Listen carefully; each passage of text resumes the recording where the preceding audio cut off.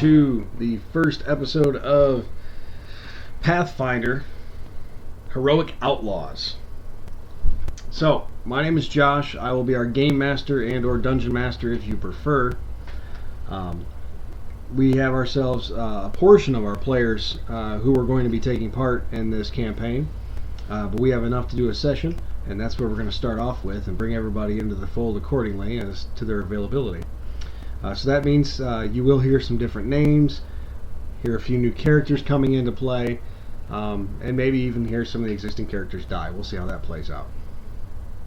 Alright, so let's go ahead and do a round the table here. We'll do introductions for the individual players and their characters. Hopefully get a short bio of both player and character. Maybe just name, profession, for yourselves as players, what you do in real life, kind of just real basic, no specifics, obviously. It's always kind of a nice gauge for the other players in the world to know who the other D&D players are out there and what kind of walk of life they're coming from. It's always very interesting. So, obviously, again, my name was Josh. I work for the judicial system in the state of Michigan. I have a very unique job that I do enjoy. Provides me a lot of interesting insight into the world around us, both locally and otherwise. Well, I mean, you can talk. I was just going to say that you include your pet. Well, yeah. Prior to me being working for the judicial system and working a lot of armed security jobs, I have experience as an infantry marine, 2 combat deployments to Iraq. 4 years in the lovely United States Marine Corps. Nice. So, enough about me. Let's move on to the players here. Going again clockwise, starting with you, Nick. Alright, I'm Nick. My profession I do for a living is welding. Mostly the exhaust system for private planes. Apparently I'm that good at it. You need to speak up just a little bit more, bud. Just a little bit more? Yes. Like what? Redo the whole thing? No, just talk louder. Okay. Probably because I'm so far from the mic. This isn't the radio show late night. We're wanting you to be suave and sexy on the microphone. No. There's no beers that help me get me there yet. So. Who was that comedian that did that one talk radio black guy, sexy voice, made a comedy show? That seems like something Jamie Foxx would do. Oh, was it Jamie Foxx? I'm positive. He did. He was on XM Radio. Yeah, no. But the comedy sketch. You ever watch that show Son of Zorn that's out? No. Oh, it's on Fox. It's good. Anyways, that guy. That black guy that's in that's who it was. I can't remember Way to his name. narrow it down. I can't remember his name. Damn it. He's a do male. The He's turtle. African Do the American. turtle. You look lame. All right. Am I not turtly enough for the turtle? All right. So, enough of this tangent I'm nonsense. sorry. I'm just picturing the scene of the turtle in that dang show. So, back to you, Nick. All right. So we know about you. We know about your profession. Tell us about your character. His name is Theodore. He's a half elf, 20 years of age, 6 foot. He came from a loving family. His father was an elf scout for king, while his mother was a human farmer's daughter. Grew up in the forest. His parents learned the ways of archery from his father, tanning from his mother. When he was a teenager, his father died while on patrol. He learned from there he had to provide for him and his mother. He would use his skills to help people through the forest, and was known to take on bounties for gold. So his mother fell ill, and within a few months passed away, feeling like he needed more out of life. And with no one to care for, he decided to wander the lands for adventure, wealth, and fame. Nice. All right. And I'm sorry. What was the race and class of your character, sir? Half elf, ranger. Half elf ranger. Very nice. Yes. All right. Moving along. Jake, you're up. My name's Jake. A lot of my buddies call me Shorty. Combat vet as well. Army. MPs lead the way. Screw the whole jarhead thing. Now that's hoo-ha, right? Say oorah with your finger in your mouth. That's it. It's hoo-ha. Because it's the army. No, It's the army saying when they have a marine dick in their mouth. Oh. I'm joking. All love. Though, in retrospect, to me. Oh. Same team. Anyhow, Anyhow, enough of the badgering for the Hey, if moment. it's cold out, it's buddy aid, okay? But that's true. It's not gay if it's cold. Anyhow. did tour in Iraq, and then from there got out. Now I'm a butcher / just meat clerk. But do that. Family dad. Okay, Got and my kids and whatnot. tell us about your character. Well, my character I'll be playing his name is Gurek Yar. He is a half orc barbarian. And here's a little description / bio. So, Gurek Yar was a career soldier that proved a worthy asset time and time again in battle. Being a half orc made it very difficult in his eyes of his peers and fellow soldiers to fully trust him. After a bloody battle, Gurek came back from the front lines to report the victory at hand. He was given a promotion and a command over a small group of half orcs. Feeling proud of the recognition he was getting and feeling that he was actually getting respect and trust of his fellow peers. Granted, little did he know the true intentions of his commanding officer, Durgal Cliffmoon. While out on patrol, Gurek's squad was ambushed by a large group of Durgal's best soldiers. After all of Gurek's men had been slaughtered, Durgal drove his blade right into Gurek's chest. He yelled at him that you are nothing but a half-breed piece of shit, and you will never amount to anything, as he kicked him off his blade, spitting on him as he walked away. Left for dead and his vision fading, he saw the image of a black-winged woman with bleeding eyes approach. At that moment he realized he was in the presence of Zerial, the Horseman of War. Young warrior, I have watched your battles with great interest. I see great potential despite your current predicament. I can save you from the clutches of death's grip. Pledge your loyalty and worship me as your deity. For this, I will heal your wounds and grant you a power to seek your vengeance. Gurek accepted the terms and gave his pledge to her. Then he felt her cold touch as she healed his wounds. Feeling the pain leave his body and a new sense of purpose on this plane, as well as new strange power that is yet to be discovered. Nice. How tall is that guy? He's 5'7". When he does character sheets, he's taller than I am. He's Right. 5'7" and full of hate. I think he'd be like 7 feet tall. I think my 6-month-year-old is taller than you are. You wish you was that tall. Because at that point in time, oh man, the amount of hell she'd be raising for I you. know, right? Oh dear God. Alright, so I'm Rob. Retired Marine vet. Stay-at-home dad. Real fun life. Woo! Your enthusiasm is a stalwart, sir. As it should be. Alright, so onward and homeward, right? Character is Lucian of Hornwood. He's a half-elf. He's 22 years of age. He's a male. As should be assumed from me saying he a bunch of times already. Although you might think he's a Apache helicopter. I guess that's the cool thing these days. Anyways, chaotic and neutral. He's an ambidextrous rogue. He's 5'7", 135 pounds. His eye color is black. His hair is black. And here's a little bio light, if you will, because according to everybody else, I have like no bio, which is true. All right, Lucian was born to a human mother, who was raped by a elf. Mother died during delivery. He knows nothing of his father other than his last name. He grew up in the streets and alleys, learning that if you want something, you take it, whether it be food or gold, which landed him in and out of jails, where he learned how to become an escape artist, along with other skills a thief like him could use to acquire the finer things in life. Nice. So if shit comes up missing, I probably did it. Ah. But that's Very good. player versus character, so fuck you all. Check you out, you niggas. I'm sorry, that was bad. Don't ever say that word, people. Onward and homeward. Great. We are only not even 10 minutes into this broadcast, and we've already offended multiple people. Nice. Mission accomplished. Yep. Dude, it's 2016, bro. You have a better chance of walking through a landmine than not offending somebody. That's true. How dare you assume my gender? Dear God.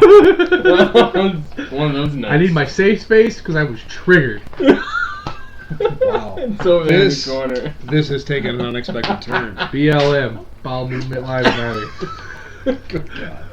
All right. This is gonna be a good night. I can feel it. All right. Oh. So, gentlemen,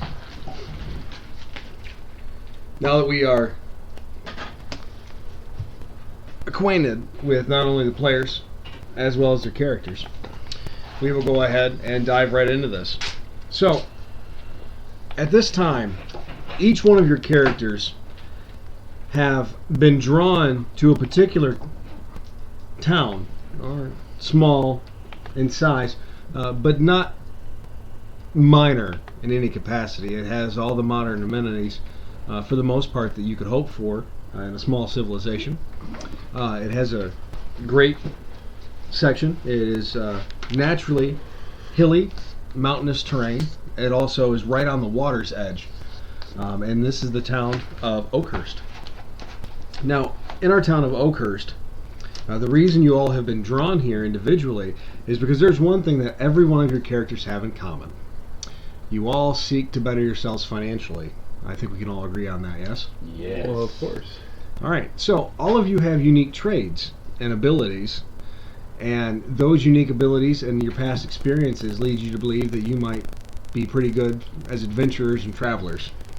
So you are becoming, at this point, a bit of a sellsword, as the appropriate terminology of the era would be, or a mercenary in today's level. So, what happens is you all each hear through the various words spreading throughout the entire land that this one town is looking for sellswords for a particular task that is not too delicate but not insanely dangerous either, with the promise of very worthwhile profit. That's all you know. So, you all individually set off and make your way to Oakhurst. You all get there at various different times because you're traveling from different distances and left at various different times, as the word traveled separately, of course, from the messengers on horseback. So, the one place you all end up in this one particular evening, is the local tavern. Now, as you've all entered the local tavern, again, separate times throughout the day, which is also an inn, which is why everyone is there, because if you don't live there, the inn is where you live. Gotcha. And it's also the only bit of nightlife, it should seem, in this town. Now, some of you come from larger cities. You are not impressed at all by this backwoods community. However, there are a few of you who come from equal-sized towns or smaller, and you guys, you find it to be very home-like or better than you used to have. So you're completely comfortable there.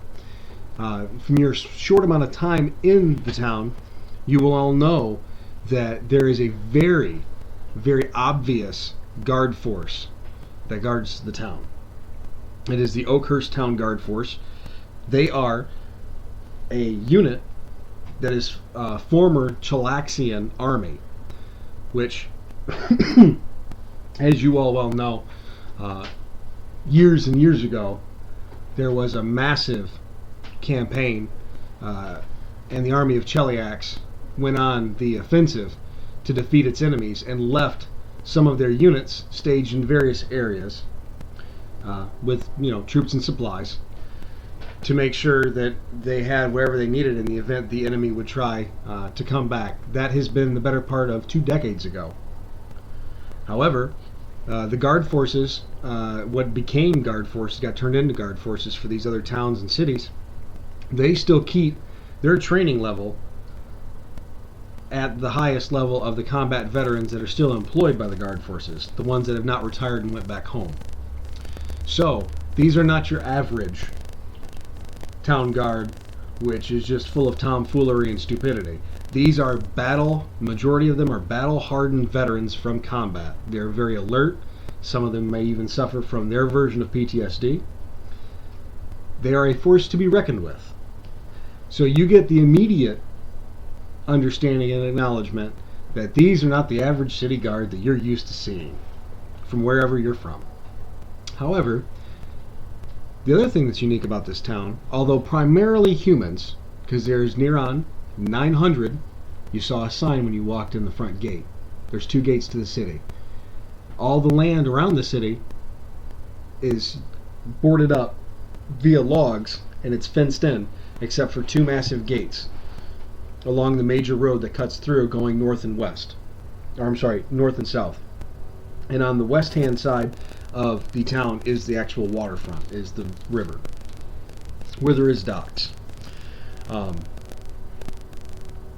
While entering, you will see a sign that tells you that the approximate current population of the town is just shy of 1,000. The vast majority that you've come across, as you have seen, is human. The entire guard force, all the guards that you've seen so far, are all human. There's a very strong noble presence here. For the people who are here, the majority of them are fairly well off. They are businessmen, and they're the owners of much land and property, and they're service providers, own the local mills, the local farms, the local textile shops, so on and so forth. And there's a local baron here. You know that in this particular system of government that there's a mayor who's also a former noble, elected from within, of course, by his peers, not by the underlings, as is typical of this area in Shellyax. But you have noticed in your short time of being there, not only in the bar, but just walking through the town, that it is very diverse. Even though it's majority human, it is very diverse. You have seen orcs, you've seen half-orcs, you've seen elves, you've seen half-elves, you've seen dwarves. You've not seen any half-dwarves, though, because as best as anyone's to know, that's actually not feasible. No one's ever heard of it, or let alone seen it, for sure. There's been some talk, but you're not really positive, right? So, this evening you all find yourselves again in the only place that has any real interesting nightlife. And that, of course, is the Bronze Boar, which is the inn and tavern. For those of you who are looking at your maps, that would be the location of number 1. I'm just trying to pull up the internet's not working for me now. Well, right here. Look at this. Here's why you don't play Connect 4 with the wife. No, that's on 3G, thank you. That's on my own data. Oh wait, I Okay. have unlimited data, so I don't have to worry about that. Okay, I'm just saying, because look. What was it called? Boars I'm and connected, but it says going in and out. I The think it's because bronze- the door's closed. The Bronze Boar. Boar Inn and Tavern.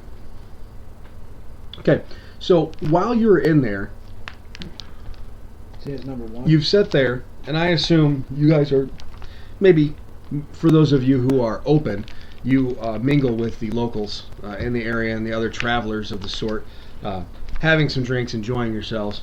One of the things that you will know, because every time anyone walks through the door, you are blasted with the information from the large woman who's standing behind the bar.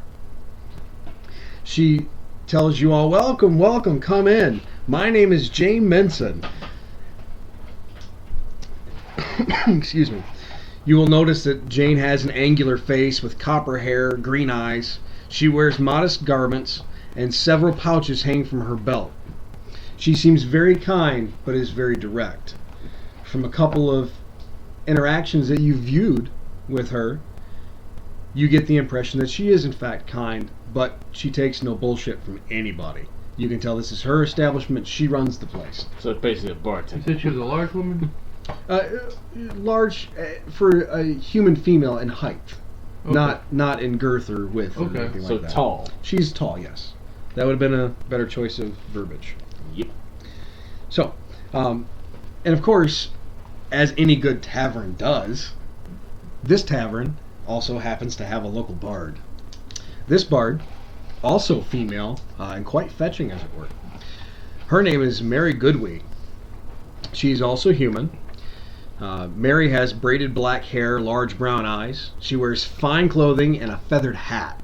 She's very boisterous. She would be like the Anna Nicole Smith, if you will. Mary is very virtuous, very polite, and loves to entertain the people. She's a true bard. She's a true entertainer in that regard. Excuse me.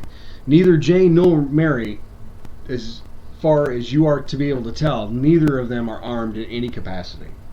They don't seem to be armed at all. However, again, you will The bard notice. doesn't have like a lute or something. I'm sorry? So she's not playing a lute or any Yes. instrument? You're just getting ahead of me. Well, I figured that is being armed, in my opinion. I mean, it's like a big That's a baseball weapon of bat. opportunity. And when I say armed, what I mean by that is a legitimate weapon. Okay, Not I a weapon of opportunity. I was just making, Fair enough. So, she, of course, is, walking about in between the tables and near the bar, singing a folk song that seems to raise the overall morale of anyone who speaks common, because that's, of course, what she speaks, and that's what she sings in. You will notice that she's very, very talented singer and a fantastic lute player. And you've heard, because, of course, Jane likes to dote on Mary, you've heard that she's also a fantastic flute player, but you've never seen her actually play the flute yet, though. But you've only been there a short time.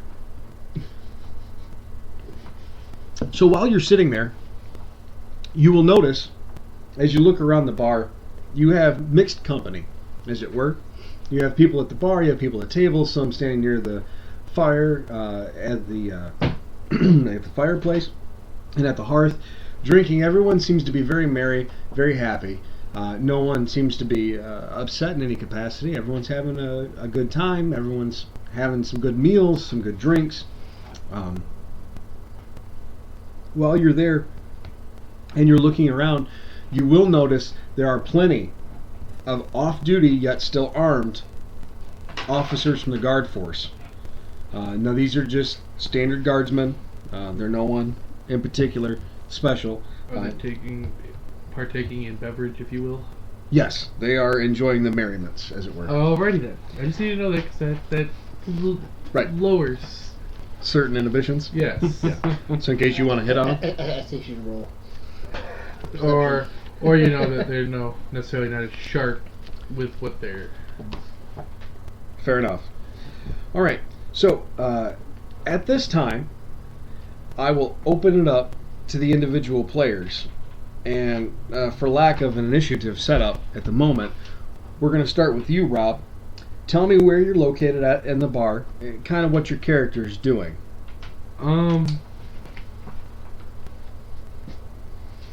Probably up in like the corner of the wall where I can see the door, just taking in my surroundings. So do I see anybody overly drunk or anything? Roll me a perception check.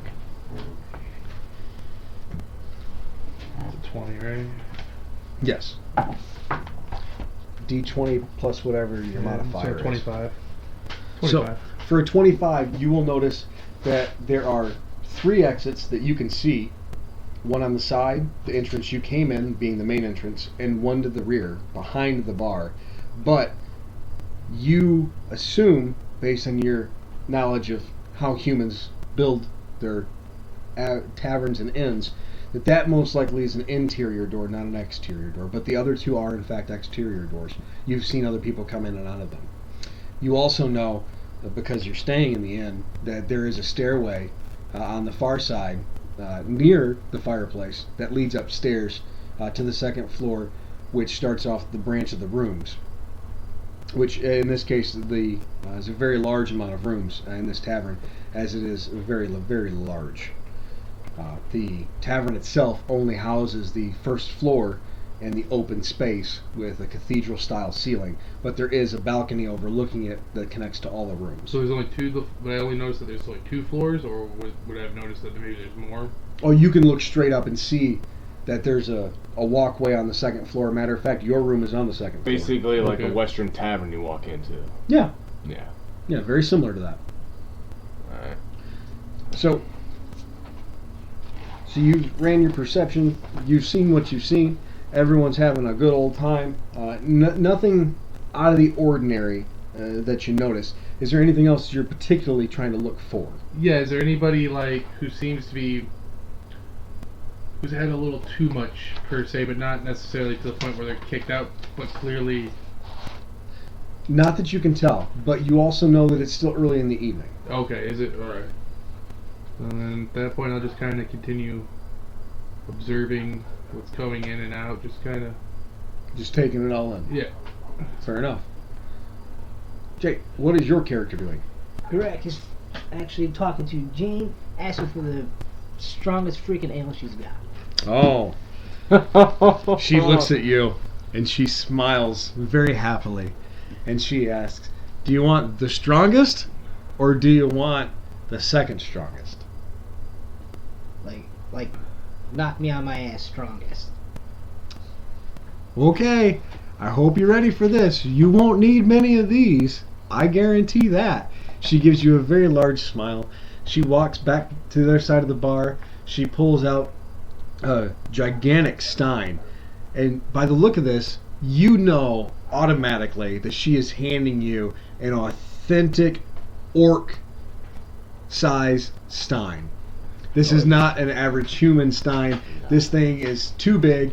Matter of fact, if you had to guess, your knowledge base would tell you that that's probably near on a gallon worth of liquid that she's going to hand you. That's what that stein will hold. Appropriate orc amount of Drink. Yes. Sounds about right. So, They tend to drink more than the average. she absolutely much larger in size. So she starts to fill this up from a barrel that's underneath, and she says, "Just warning you again. This is the top shelf for ale, anyways. You're not gonna want a whole lot more of these. So please be careful." And she tells you that that'll be 2 gold. Alright, handed her 2 gold, say I can't wait to taste this. You'll notice that once she's done filling it and she goes to set it down, she is using both hands, and it is actually trying for her to set it down without spilling it. That's how heavy it is. Nice. So, That's plenty of... Alright, then take a swig. okay. A swig? Or a drink? Like, Oh, swig. Okay. Swig. Just a swig. Okay, I'm going to need a fortitude save from you.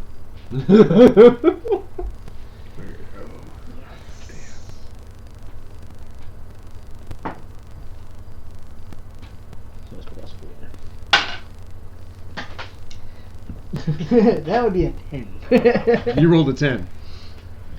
You immediately start to feel warmth throughout your entire body just surging. It's not painful, but it's very obvious. You feel this overwhelming sense of joy that forces you, you're unable to stop it. You have a shit-eating grin on your face right now. Nice. Now that's the stuff I'm talking about. Okay, and does that conclude your reaction at this time? Yes, because I'm going to sit there and just kind of enjoy the moment. Very good. Alright, on to you, Nick. What is your character doing? I was gonna say kind of like Rob's. I'm over in a quiet corner, trying to observe where I kind of blend in. Okay. And Now, you will know that his character is standing in the only legitimate corner that's out of the way. The only close corner to that is the one next to the stairway, and the stairway's getting a lot of through traffic. So, I mean, you can stand there, but there's going to be a lot of people walking right past you. Mm. That may not be bad though. No, it wouldn't be. Because that'd be close to one of the doors, wouldn't it? You're closer to the side door. Yeah. Mhm. And I would have visual view of the other door to see who's coming in and out. Wouldn't I? Yes. So Your peripheral, you can since- see the since side we- door and since straight the forward. stairs are kind of like open. They should have a rail. I could stand right next to the rail as they walk around me. Yeah, absolutely. Or you can stand against the wall on the other side. Either or. I think the rail would do. Okay. You'll notice that right next to you, also in your peripheral vision, is a gigantic stuffed animal. Roll me a perception check. Oh, I'm sorry. Knowledge local. Or knowledge nature. Sorry. Oh, I'll get this straight. I have. The only one I see is. If you don't have it, then you're not going to have a modifier, and you just roll it in whatever the dice says. Oh, I have. Because it'll geological. It'll be in here if you have it. Yep, I do not have that. So where's that 20 here?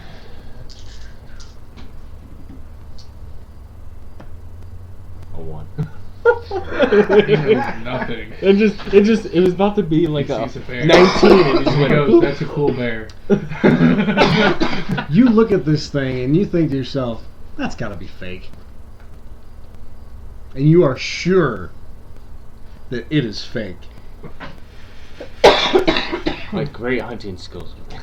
Get the Apparently you've been drinking a little bit longer than the rest of the group.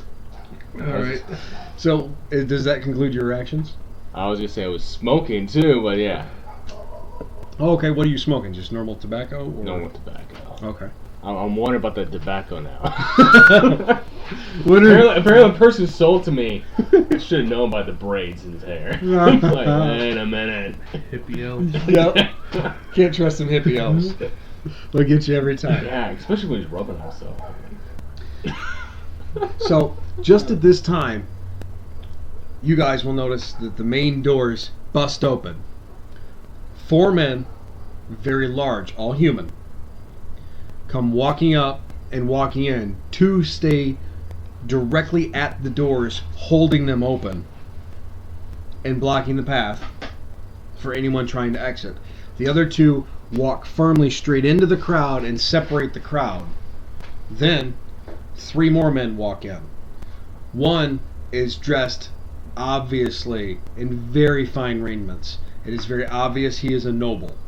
And these are his mercenaries who are his bodyguards. So there are 2 behind him and then himself, and he walks into the existing 4 of them. In other words, entirely surrounded by his guard force. And he makes a loud, boisterous proclamation to the group. And he says, "Hello, friends!" You hear a few snickers. People who don't necessarily align themselves with being friends to nobles, per se. He says, "Hello, my friends from far-off lands. For those of you who have come to assist us, I appreciate it. We will commence with our meeting in the morning. It will be a grand meeting. We will have it in the Tree of Life Park. I will send one of my men here to come get you when it is time. Until then, enjoy your drinks, enjoy your food, and get rest. You will need it." And then he immediately turns around and exits the building, and the guard force breaks off and follows him in the same order in which they entered the place, and then they shut the doors behind them. So, it is now a little bit later on in the evening. You guys have been sitting there enjoying your merriments. What are you doing? I want to check the room again, see if there's anything I noticed, like any, drunk men or whatnot. 17. For a 17, you will notice that there is a halfling at the bar who is just oogling the bard, something fierce, and you can tell he's starting to get a little buzz, a little bit more than he probably should, almost to the point where he's inadvertently rocking to the melody, where he's about to tip off his stool. Would you say that he's like at a concert, the drunk guy that's in the concert at the front by himself, essentially? Yes. Okay, well then I want to stealthily move in on him, but like from the rear. Like I want to walk up on him. Stealthily nonetheless. Like so he shouldn't notice me per se. Okay. Well, obviously everyone else in the bar would notice you. Yeah, everybody else, but I'm hoping that since he's drunk, right, focus on that. That will actually be a stealth check. Because he is a little... 22. He is a little out of it. 22. Okay. He has no clue you're there. Oh, okay. You're being summoned.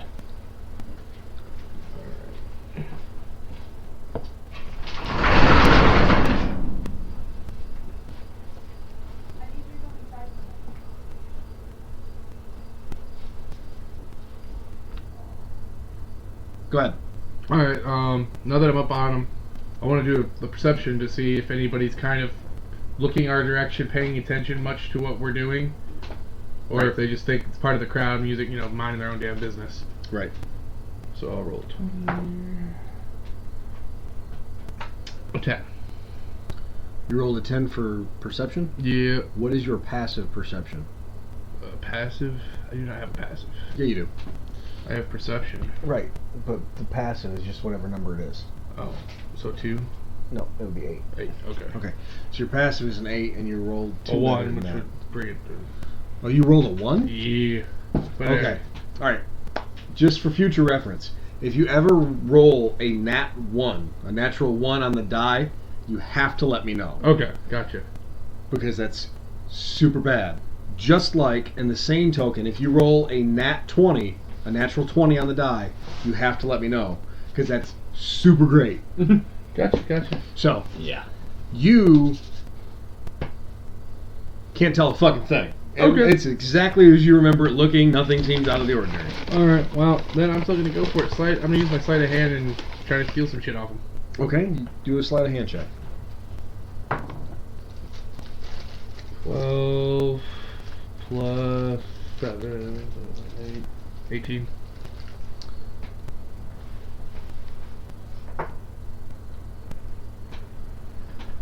You, because you move so quickly, your hand movements just so fast. Remember, he's wobbling back and forth. He's wobbling, and he reaches forward. He's aiming directly to try to plant his face in her low-cut top. And the minute he goes forward, your hand goes right past him, and you miss him. Looks like you're reaching, trying to grab his drink on the bar. Oh, okay. I'll just grab his drink and pretend like that's what I was doing. Okay. And then I'll just stop there. Okay. What are you doing, Nick? Oh man. Or Theodore, as I should say. I was gonna say, look around the room, see what's going on. Okay. Wow. Are you looking for anything in particular? Just watch. We pretty much watch to see if anyone's gonna cause trouble or whatnot. Okay. Are you actively putting an effort to really pay attention to what people are doing? Mostly just glazing around, looking. Because if you're smoking just on my glancing, pipe. I need to know what your passive perception is. But if you're actively putting it into use, then you need to roll. So Well, whatever your the main number is for your perception. like, Whatever the first number on the perception line is, closest to the word perception. 9. Okay. So for a 9, you notice the drunk guy that I was discussing Yeah. earlier. You see him wobbling around. It's easy to pay attention because the bard's the one making all the fucking noise with the music and such, and the singing. So you notice that he's hammered.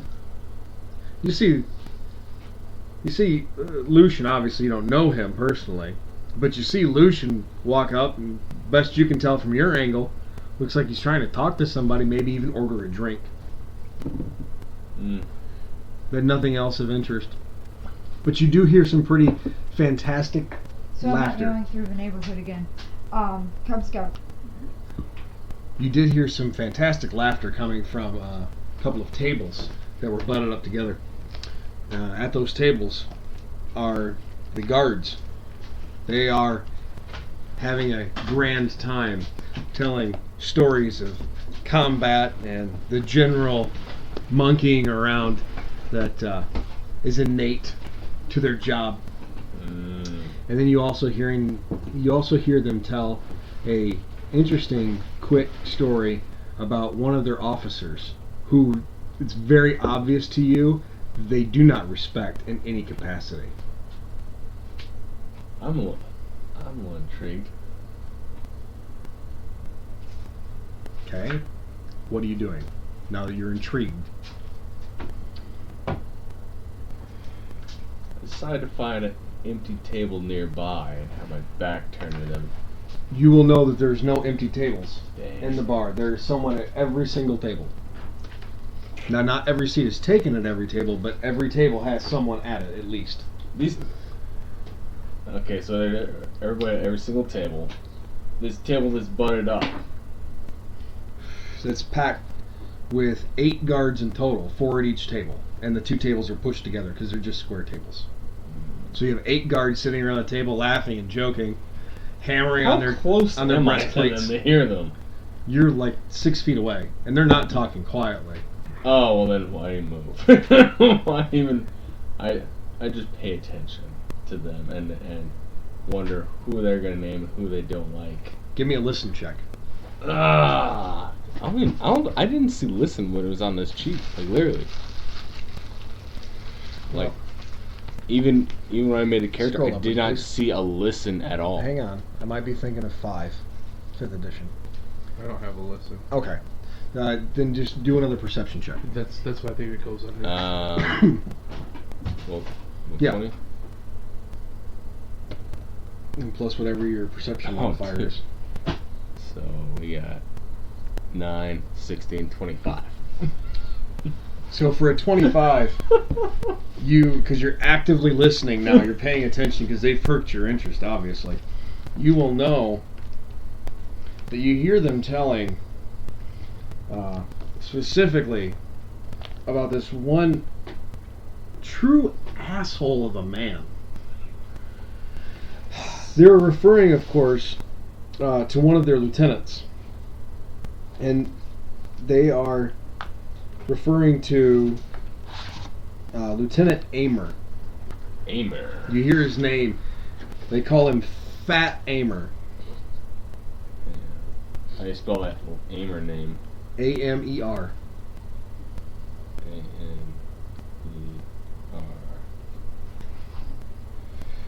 They say, "Oh, Fat Lieutenant Amer. He told this poor chap to go over there and guard the wall. Meanwhile, all he did was shove food in his face the whole time. I swear, I was on duty for almost 9 hours and the man never stopped eating. He's like a damn well. Everything just goes and goes, and if he keeps on, I swear, the dwarf is not going to be able to make any armor that'll fit the bastard." I like this. Oh, meet me up in the ranks. I like that. Typical officer. So, does that conclude Theodore's actions? I'm just listening to them from the 6 feet away, smoking my pipe, not making eye contact. You hear nothing more other than they just continue telling stories about this one obviously obese officer that they have nothing but disgust for. So besides them and the drunken halfling you said, Yes, at the bar. at the bar, Everyone else see. seems to have their wits about them, but they're all enjoying the merriment. I just stand there, keep smoking. Okay? Garak. Now I'm going to continue the conversation with Jane, saying, okay, now that I've had some pretty wicked ale, On that note, how many drinks have you had? say it's been a little bit. Say I had another, like, 2. Okay, I'm going to need another fortitude save from you.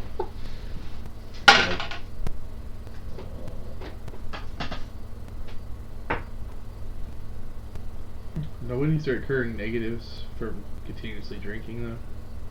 Towards his fortitude rate? Well, that's why now I'm rolling against him. Okay.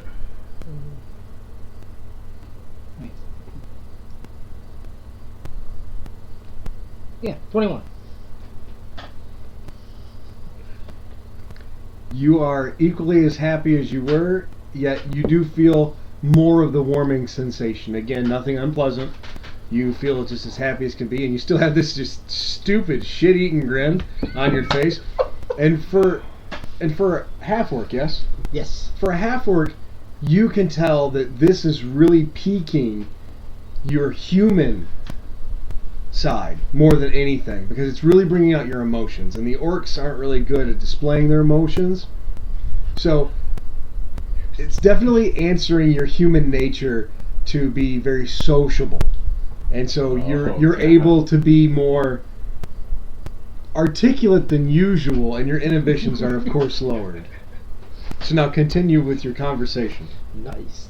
Now I'm asking for something to eat because I've been on the road and had shit to eat. Okay. She asks you if you would like the house special. And she explains to you that the house special is just an easy, it is a fire-baked chicken breast with some side of vegetables. That actually sounds delicious. The last thing I had was fucking rats, so So then you say yes, obviously? yes. Okay. She goes and prepares it. She comes back sometime later, about 5-6 minutes. She comes back and tells you it'll be ready shortly, and that when she brings it back to you, it's going to be another 2 gold pieces for that. That time goes by. She comes back with a platter. She brings you the whole chicken. So she brings you a whole chicken, and the remainder of the platter, which is quite large in size, like a 15-inch platter, is just jam-packed full of full chicken with a bunch of side of random assortment of vegetables and 1 pink flower. And she asks you for 2 gold. That might, I'm gonna give her 4 gold. Two for tip for just a badass meal. She says thank you, and she politely bows low enough that you can see entirely down her top. Very nice. Then she picks up the love coins. the hospitality. She picks up the coins and then places them down her shirt, and then walks away to assist some other patron at the bar. Very nice. So I can have some fun with that later. do you? I assume you eat the food. Yes. Yes, I'm gonna enjoy the hell out of this food. Okay. It's a heck of a meal. It really is. It's a fantastic meal. All right. So does that conclude your action? You're just gonna mow for now? In between mile, I'm gonna take a look around, kind of just get a better feel of, all the other assholes around me. Okay. Go ahead and give me a perception check.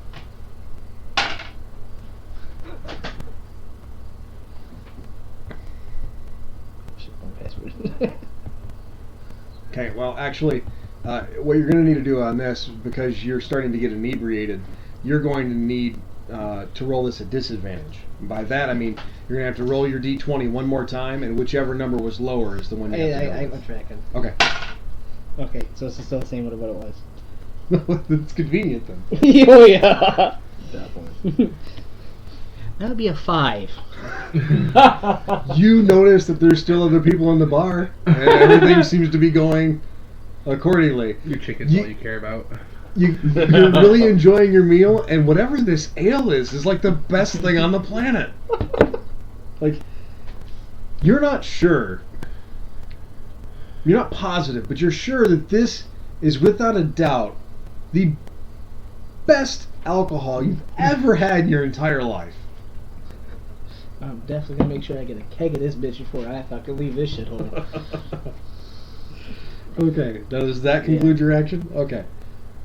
Back to you, Lucian. Okay, so I stumbled. I ended up grabbing his drink. Now, when I moved that fast, and I moved because he moved to lean in, Mm-hmm. did I end up at a bar itself? Yeah, you pretty much you jammed your armpit right into the bar itself. Okay. Like you're like leaning across it, like, hey. Is there a barmaid nearby? Yes. All right, The call over owner and I'm proprietor. gonna call over the barmaid, and I'm gonna ask her for the finest tasting and strongest liquor shot she has. Oh, she says, oh, you're looking for the spirits, huh? Yes, I need 1 shot of your finest.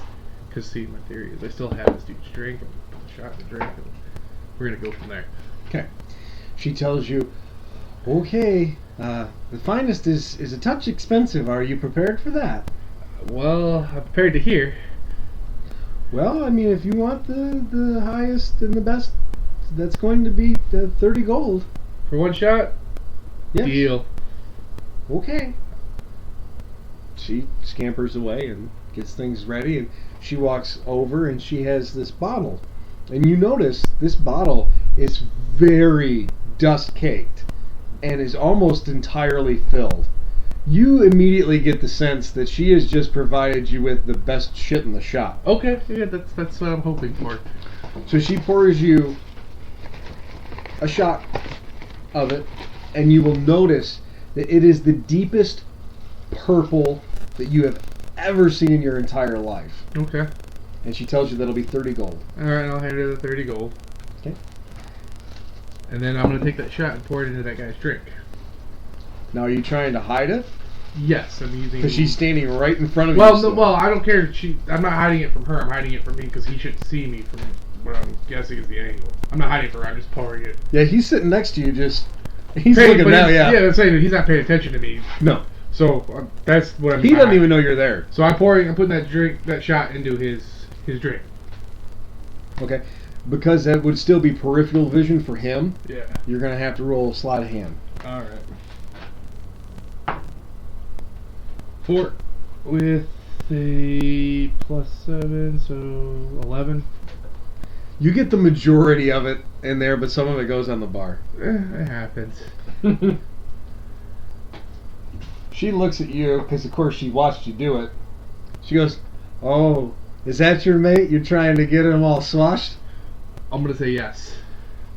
Cause you want me to roll my bluff for that one, or is she just gonna believe me? No, she believes you. Okay.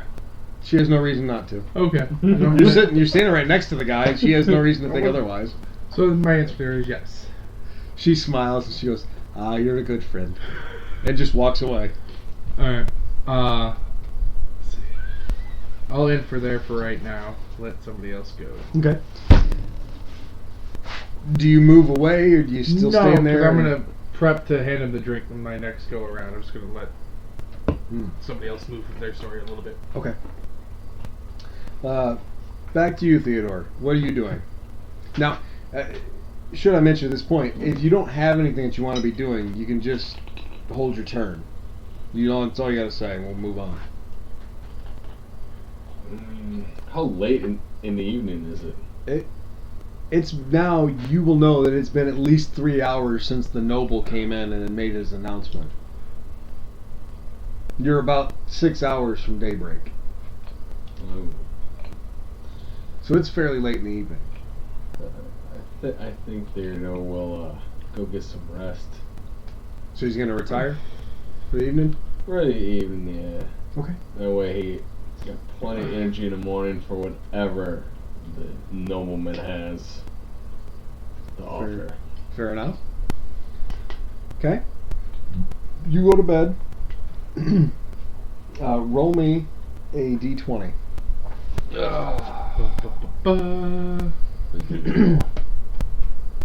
Oh, 17. You have a perfectly wonderful night's sleep. Excellent. No interruptions, no noise from the tavern wakes you up. You sleep comfortably. And the room, the amenities of the room are really quite nice for such a small town. So, I like my room. Iraq, what are you doing? Well, after I finish my awesome meal, I think it's time to finish off the rest of this ale I got here. By my estimate, this would put you at about, you drank about half of it so far, yes? Yeah. Okay. Gonna need another fortitude save. Because I'm assuming you take a few sips to wash down the food with, yes? Yes. Okay. Not a bad roll there, shorty. I think it was the same one I had last time, honestly. Oh, that might be a bad roll. Or no, actually it's less than last time. Definitely probably a bad roll. No, depending on what kind of roll. 17. So for a 17, you start to notice your eyes are getting kind of heavy. You're very warm. Again, nothing uncomfortable or anything. But you have this overwhelming urge. And you've never experienced it before. You know what it is. You know what you want to do. But you've never in your life ever wanted to dance in public, yet you can't help yourself.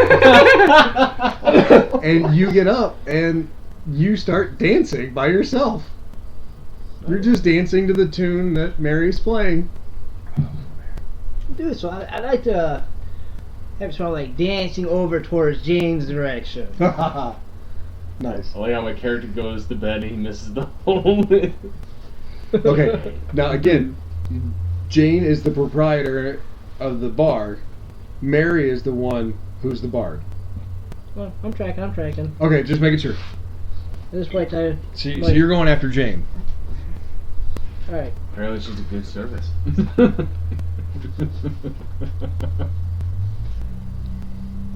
And I will talk to her and be like, okay. Ain't gonna lie, that was top-notch ale. Definitely gonna need a keg of this. For sure. She says, "Oh, well, that would be hard. I don't even have a full keg here for the bar." Well, how often is your stock get restocked?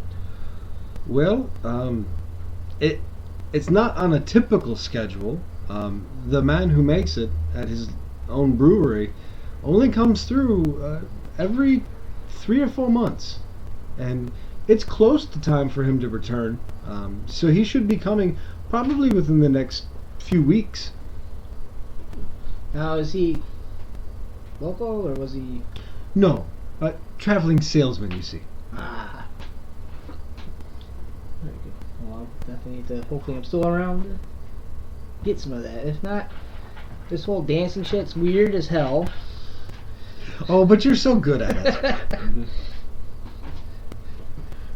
Appreciate the compliment. And totally weirded out at the fact that, you know, me being orc and getting complimented. I'm still getting used to that. Oh, you're a fine lad indeed. She pats you on the shoulder in a way that is very obvious to you, even in your stupor, that it's clearly just plutonic. Dun, dun, dun. No, it's not. Trust me. Alright, well, at this point in time. Probably murder her if you attempted that. So Be a good show, though. That's besides the point. When orcs go Anyway, you wild. can show me to my room because I seem to have forgotten what the hell it is. Yeah, you want to take her to your room. I see where this is going. well, I would love to, but as you see, my hands are full here. But I can get someone to escort you up there if you like. That'll be fine. I just need to get to the room and get to sleep. I understand. One moment, please. And she walks away into the back, and all of a sudden, here comes a guy that you've not seen previously. Human male, middle-aged, wearing an apron, who you assume, based on the amount of blood all over the apron, is probably her butcher. He's a large, portly fellow, balding, has a real thick mutton chop, facial hair. He's very excitable. He's very happy-go-lucky, but when he looks at you, he gives a weird look and kind of standoffish, very hesitant, and he says, "Oi, he's a big un." And she says, but he's nice. "Where's your rooming?" And she tells him. He says, "All right, follow me, man. Let's go. There's sheep to be herded and sheep to be killed. You understand, yes?" Oh, yes. And by the way, you did a fine butchering job on that chicken. She came in out of nowhere. And that you're walking with him, of course. And as he's talking to you, and you've made your way to the stairs, you're starting to go upstairs. He says, "She made her way in there, stopped me before I could even cut the damn bird. She takes it from me and says she's giving it to a damn half-orc. Now, no offense intended, you understand. You seem like a nice fellow and all, and you haven't caused a problem, so I got no complaints. It's just so odd, you understand? Like, I always have to cut it. Everyone else, the humans, the halflings, and the others, they don't want the whole chicken unless you're feeding a group of them. You understand?" He's like, I hope you enjoyed it, though." Oh, I sure as hell did. Oh, good. Man likes to hear good things about his work. And he takes you to your room, gets to the doorway, and he says, "This is your room, sir. You have yourself a good night, huh?" Will do. Hopefully I'm not hungover as shit when I wake up. Okay, roll me a d20.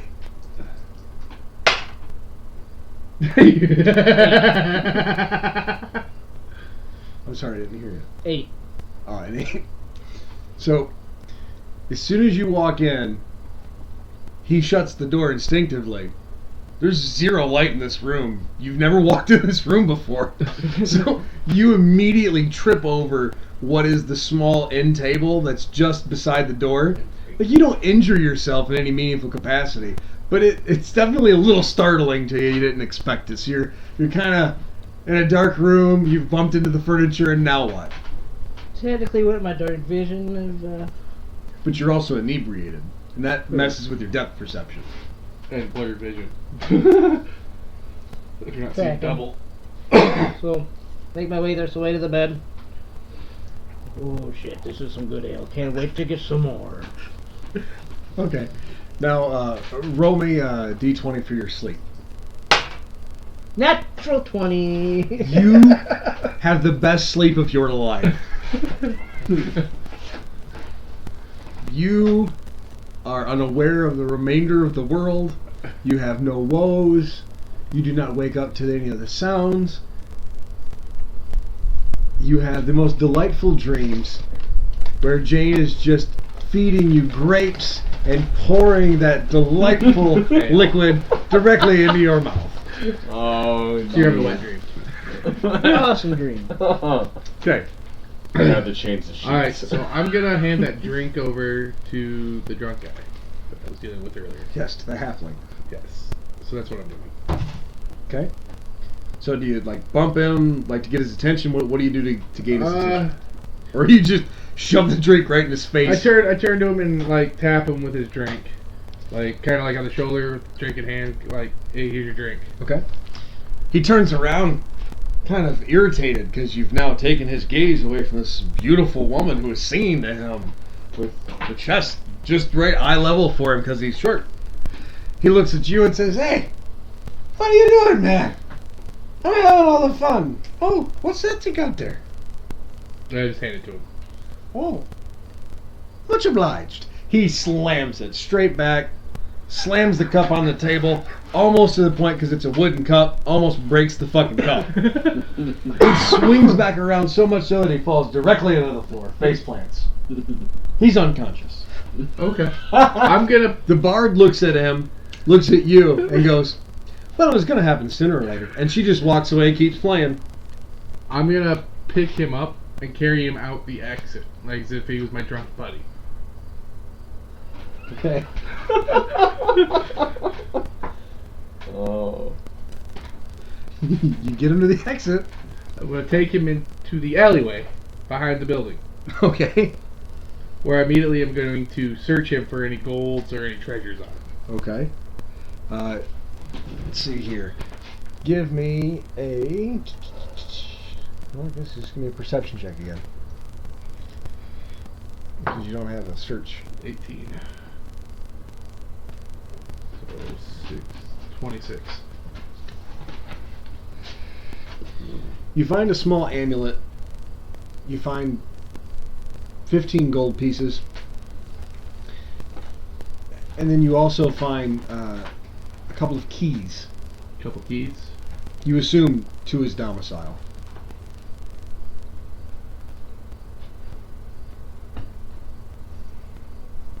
Well, I'm gonna take everything but the keys from the man.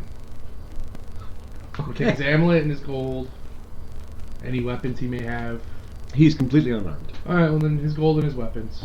So it's 15 gold, taking that, and his amulet. Okay. Unarmed. I'm gonna take his weapon anyways. No one. I'm just saying, I take his hand. I'm I gonna was take his just saying, hands. you're just gonna rip off his arms and legs. And then I'm gonna take his body and prop him up against the wall. Like as if he was in a drunken stupor against the wall. Okay, I'm gonna need you to roll for that. Okay, 13, what do you want me to check it against? Just whatever the dice. 13. 13. Yeah. So he's there, just in the way you left him, and then he starts to moan. He pulls himself up off the wall where you were leaning him, and then face plants again. Okay. I walk away. I'm gonna walk away and head to my room for the night. Okay, roll me your sleep check. 6. You are ridden with guilt, so much so that you have a really hard time sleeping. You're just thinking about that poor guy, and you don't know if he's like injured or not out there because he face planted so much. Maybe he's bleeding or something. Okay, so I'm worried about his well-being, but not Yeah. the fact that I stole from him. You know, you don't care that you stole from him. Good. You're worried about his, like, what would be the equivalent if he's going to die from alcohol poisoning. Okay. That's more so your concern. And so many face plants to the head, no matter how big or small you are, it can't be great for you. Nope. Turns out it's super bad. So, you do not sleep well at all. Okay. Okay? Hey, I acquired 15 more gold and an amulet of some sort. After you've been asleep for a few hours, you start to hear noise coming from the adjacent room of yours. It shares the opposite wall of where your bed sits. Okay. And all you hear is some very sensual moaning. Okay. I'm gonna get up out of my room and go knock on their door.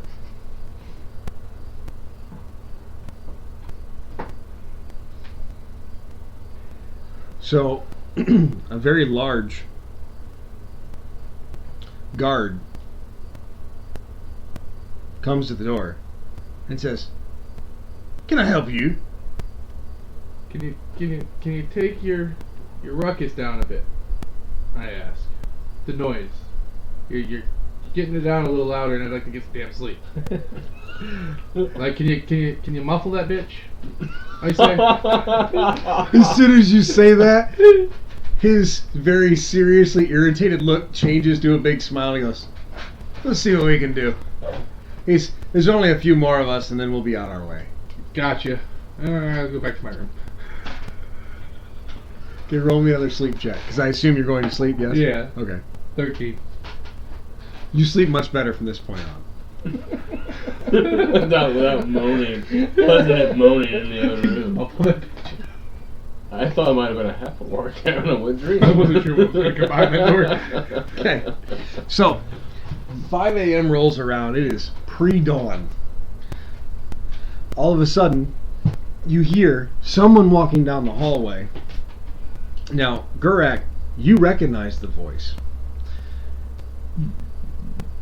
as the gentleman who showed you to your room. He's walking down the hallway and knocking on every door. He's giving the wake-up call. And he says, "Hey, for any of you chaps who are interested in going to see the noble, you need to be over at the... Excuse me. You need to be over at the Tree of Life. Let's go. It's time to get up." So, starting with Theodore, what do you do upon hearing this wake-up call? I hear it. Get out of bed. Put on my gear. Grab my weapons. Load up. And get out of my room and head downstairs. See if I can have a cup of coffee if it exists. Okay. When you get down there, you will notice there's a handful of people up, and you gather, given the nature of the circumstances, that only a couple of them are not interested in participating in this. They might even be locals that are just there for breakfast. Yeah. Otherwise, everyone there is kind of situated around one man who is in full, very, very, very shiny armor. So shiny, in fact, even the little bit of light that's ambient in the room, if it catches it just right, it hurts your eyes. It's so shiny. You've never seen armor this shiny before. Yeah, that's some pretty shiny armor. Was it a mirror? Jesus. This bitch chromed his shit. No. Is he in my way to get my coffee? No, he's actually standing closer to the main entrance. He's standing over there waiting for everyone to come down. Alright. Because you got down there first. So, I walk up to counter. I'm assuming Jane is there to Mhm. serve. She is there. She doesn't look like, the best you can tell, she looks identical to the last time you saw her. You don't know if she slept or not, but she doesn't look tired to you. Alright. I asked the barmaid, "Ma'am, do you have any caffeinated products? Like, a nice black cup of coffee. Well, I'm not familiar with coffee, but we've got tea. Would you like some tea? I will take a cup of delicious tea. Ah. And how many lumps? No. No lumps. No lumps. Ah. No lovely lady. I understand. She goes and she gets the kettle of tea over and she pours you a nice hot cup of tea. So hot, in fact, that when you get near it, you can feel the ambient heat from it. You know that it is way too hot to drink immediately. But you gotta let that sucker cool down. That's fine. You know? So, I thought you had it back, but I wasn't sure. does that conclude your actions? You It waiting? doesn't cost me anything? No, Oh. she does not charge you for the tea. I look at her, I'm like, I don't breakfast. what is on your... Yeah, I was going to say, what is on your breakfast menu? Oh, well, I mean, we have some eggs that we can do and toss in some bread. We can do that for you, but if you're going with them, you're not going to have time for that.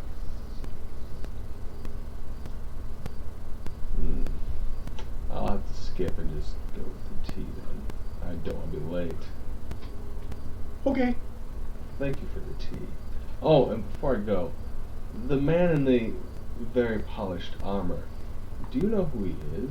Ah, yes. He's, well, I mean, I guess you could call him a local like myself. He is one of the paladins from the local temple. I see. Well, thank you. You're very welcome. You're very welcome. And she walks away, refilling some other people's glasses with tea. Seeing some more of the people coming down the stairway. They're, of course, like yourself, ordering something to quench their thirst from the morning rest. Is that it for you? No, as she tells me there's a paladin and he's at the door in his shiny armor, me and my tea go up to the paladin and I ask him, "So, sir, are you, is he in business with a noble?" No. No? That's all he says is no. No? Okay. I thought I heard somebody whisper you were. Only treacherous beasts whisper. I see. You get the distinct impression that this guy's kind of an asshole. Yeah, I do. Is there a chance I can roll for a sense of motive on this guy? Absolutely. Yeah. By all means. I'm like, he seems like an asshole. Maybe you should get a nice hot cup of tea. Either you're drinking it or wearing it. We're not sure which yet. It depends on this roll. Yeah. Yeah. Oh, 19. And I have +3, so that's 22. For a 22, you know that it's nothing personal. He is just one of those people who are so sure of their position in the world that nothing could persuade them otherwise, and that they don't necessarily feel the need to be nice, that they feel that more honor comes from being just flat honest. And he's not the type to withhold information, but he's most certainly, definitely not the type of person who's going to give unnecessary information to someone he does not know. Alright. But still, he's still very strong. He's a dick. Yeah, pretty much. I figured from he's just a big a-hole. Yeah. So I look at him and I look to see if my tea is cooled off, which isn't cool off to drink yet. Or At this point, it's perfectly fine to I take drink. a sip of my tea. I'm like, so I heard there's a meeting with the nobleman at this Tree of Life, is it? Yes, the Tree of Life Park. I shall take you all there when everyone is here ready to go, which will better be soon. Well, I'm just gonna finish my tea, and whenever you're ready, I'm ready. Fine by me. Please step back. Alright, I'll just You over there? So I just give him a neutral look, walk back over, and right where Jane is, there should be bar stools, right? Yeah. I just prop on one of the empty bar stools, thinking I might get a second cup of tea, but unsure. As I just glance over at the paladin, like, you can't be that fat guy who's an a-hole. And just go back to drink my tea. Is that it for you? That's it for me. Gurak, your room would have been next. You would have got the wake-up call right after Theodore did. So, upon hearing the wake-up call from the voice of the butcher that you recognize, because he walked you to your room the night prior, what do you do? Get up, stretch, think. Oh, damn, that was a good meal. Damn, that was some good ale. Okay, I'm going to need a fortitude save.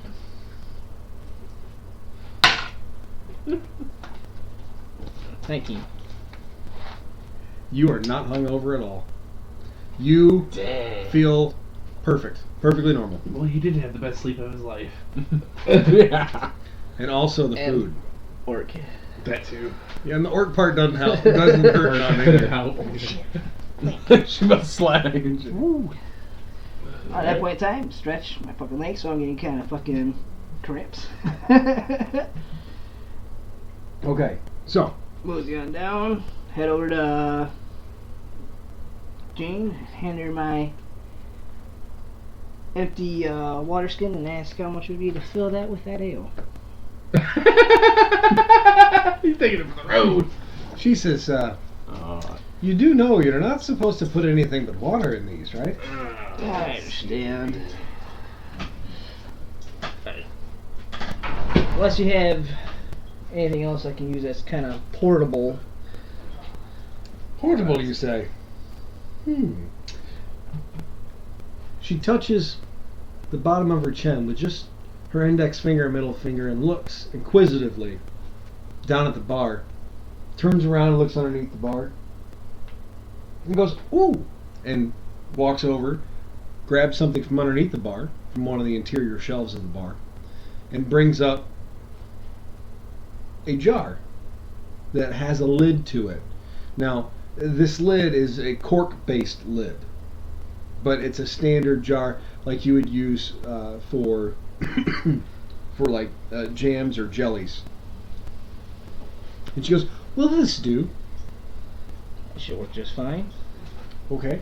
And how much of it were you wanting to fill it up? Cool. Fill her up. Okay. So she goes, she fills it up, and she tells you that'll be 1 gold piece. Here's 2 for helping me with the economies for that. Oh, well, thank you very much, sir. And is that all you do? From there, I'm just gonna sit and kind of wait for everyone else to kind of showing up so we can get the show on the road. Okay. Walk down the stairs. I want to do a perception check to see what I'm Walking into? Yeah. Okay. Smart idea. Nat 20. Plus, see, perception, so 28 total. You will see at that exact moment in time, there are exactly 53 people in the room, 7 of which are female, 90% of them are human, the rest are of mixed race. And you also notice that the halfling you remember from last night is sitting at the bar with his elbows on the bar and his face in his hands. Okay. And you also see a super shiny armored man at the main entrance, where people are kind of gathered around him, but doesn't look like they're talking to him, or at least he's not talking to them. Is that corner I was the free that I was in last night? Is there anybody standing there? Do I notice if anybody's standing there or not? You will notice that there are some stacked up chairs, you assume from when they were cleaning. Yeah. Alright, I'm probably gonna walk somewhat over that area. Okay. And then try to pay attention to what's going on from there. Alright. Okay, so at that point, the gentleman in the super shiny armor calls out to Jane and says, "Jane, is this the lot of them?" She looks about the room and she goes, I believe so. He says, "Good. Now we go." There's a little voice in the back goes, but where are we going?" "You don't listen well. You stay here." Nice. And he turns around and goes to walk towards the door. And obviously the mass starts to file behind him to follow him. Because, like yourselves, anyone who's not a local doesn't really know where the hell we're going. Nope. So, and as he makes his way outside and the people start to walk out, he gives the gesture for them to keep walking that direction. And kind of like a herd of cattle, they kind of filter together and move together as one massive group. And then he spots the person he told to stay, that they've now exited the building and we're walking with the rest of the group. And he explains to him very clearly that he needs to return back to the inn or go somewhere else, but he's not joining the remainder of the group. The man makes a poor decision and decides to argue with the paladin. The paladin reaches out his hand in an open hand, gestures from left to right over the man's face 3 times, puts his hand down, turns around and walks away, and the guy stands there. Would anybody like to do a perception check? I will. None of my concern. I'm a curious guy. I got a 3 sadly. With 9. So that is 12. Okay, so you got 12. I have 15. Okay. Jake, you will know that he just did some sort of magic. Magic tricks. Nice.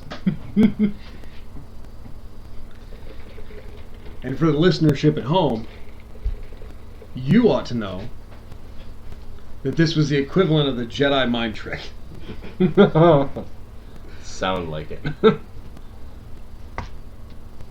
So at that point, the paladin turns, walks away, and walks towards the head of the group, where he's moving somewhat slowly because they're waiting kind of on him, like, "We're waiting on you, buddy, what are we doing here?" So he gets to the front of the group and leads up the path from the inn, straight out the main door and up the main drag. And once you make it across here, you start to see a part of a very large tree. And it becomes apparent that that tree is your destination. Number 4. Yes, it is number 4 on your maps. When you get close enough, you see that it opens up, and this is what you will assume is the town square, is this location where this very, very large tree is at. And before you get to the tree, you will see a sign that says Tree of Life Park.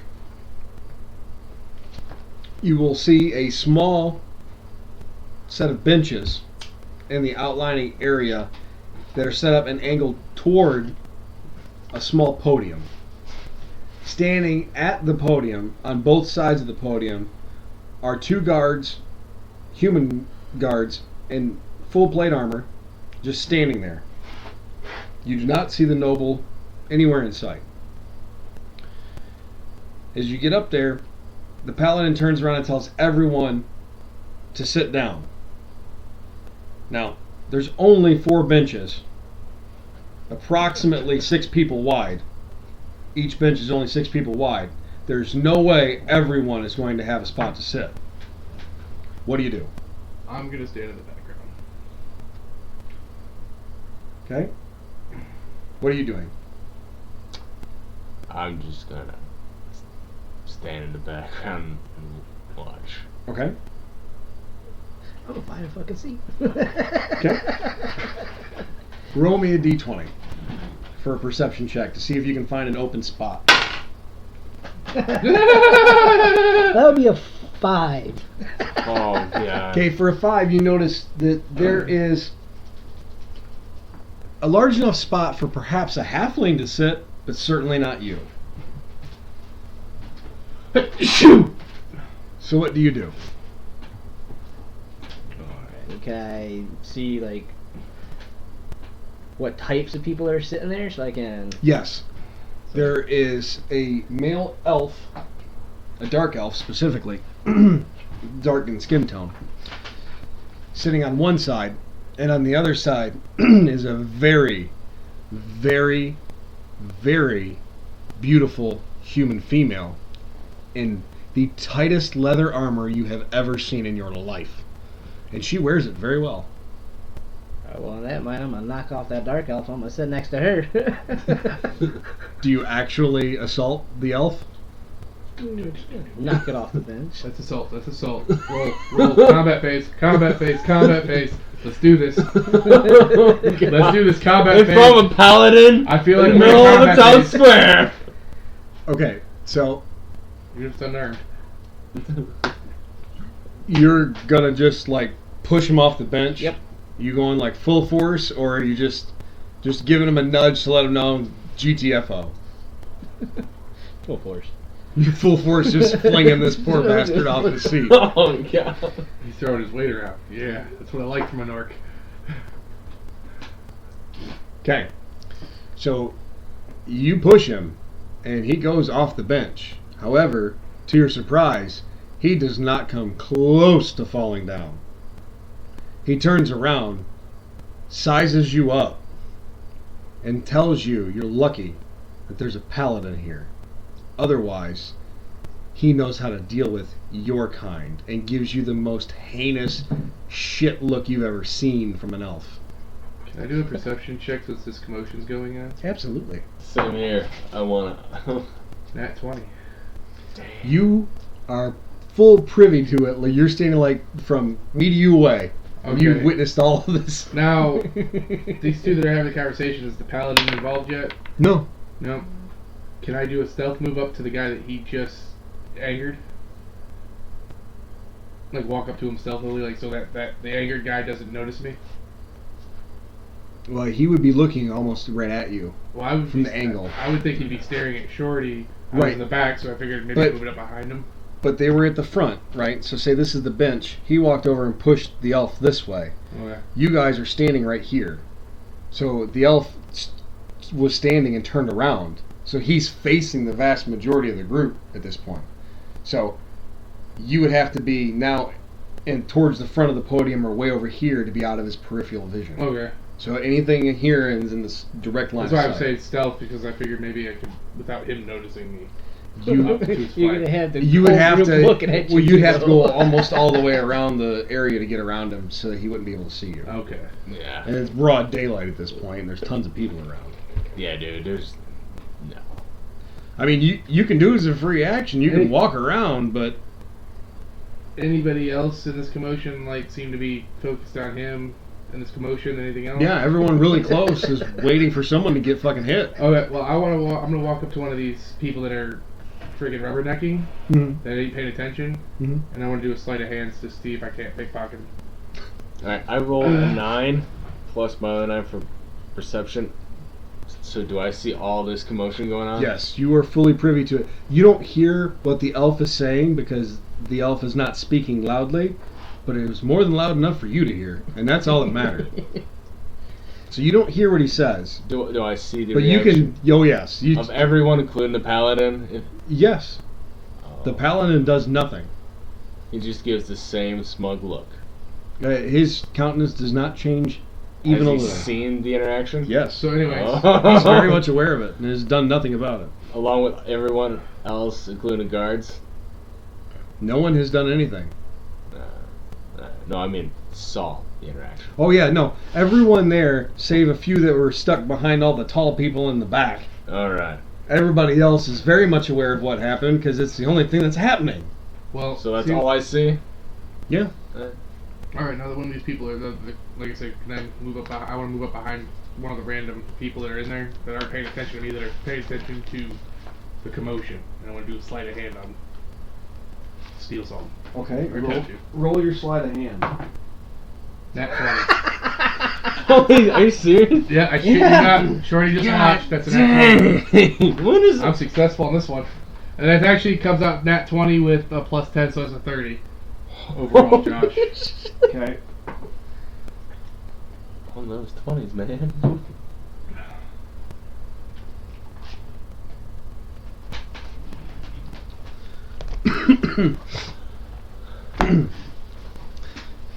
Okay, so for a nat 20, you just pickpocketed Gurek. Because I rolled for race of who you were pickpocketing. Yeah. He's the only half orc, and it landed on a 6, which is the half orc. He's the only one, so So- you just pickpocketed Gurek. So what did I take from him though? Anything in particular, or What is on your inventory sheet? because like you said, it was quick sleight of hand thing, so it was kind of, you know what I mean? Wasn't really per se paying attention to what I was, you know what I mean? Were you going for like his back? I assume you have your backpack on your character at the moment. Yes. Like a backpack or a pouch, something that probably his pouch if he's got a pouch hanging from his belt or something. I would assume he probably has some level of pouch hanging from his belt. I get to go that far and then doing all that stuff in advance. So technically, at this moment in time, all my shit's in my bag.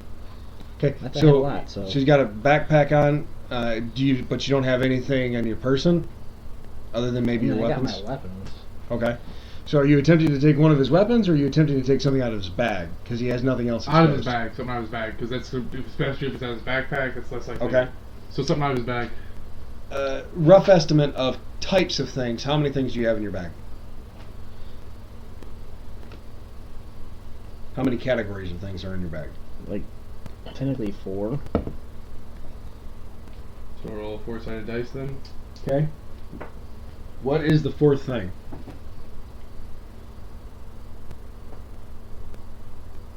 My bag of holding. Okay. Is there anything in your bag of holding? No. So I stole his bag of holding. I guess I didn't get to finish prepping all that shit because Charlie kept fucking with me. Oh, nice! I have a bag of holding now. You stole his bag of holding. What level bag of holding is that? Huh? First level? One, yeah. Okay. No, I think the That other. shit's expensive, I bro. was gonna say the other ones were way too expensive for you guys. Yeah. Yeah, dude, that shit was fucking 2,500 just for the one. I know. No, so you know it's not personal. It's all good. Can I roll precision to see if I see? Well, hang on, we'll get to that. Because again, this is all happening simultaneously. Alright. Go ahead and roll a perception check.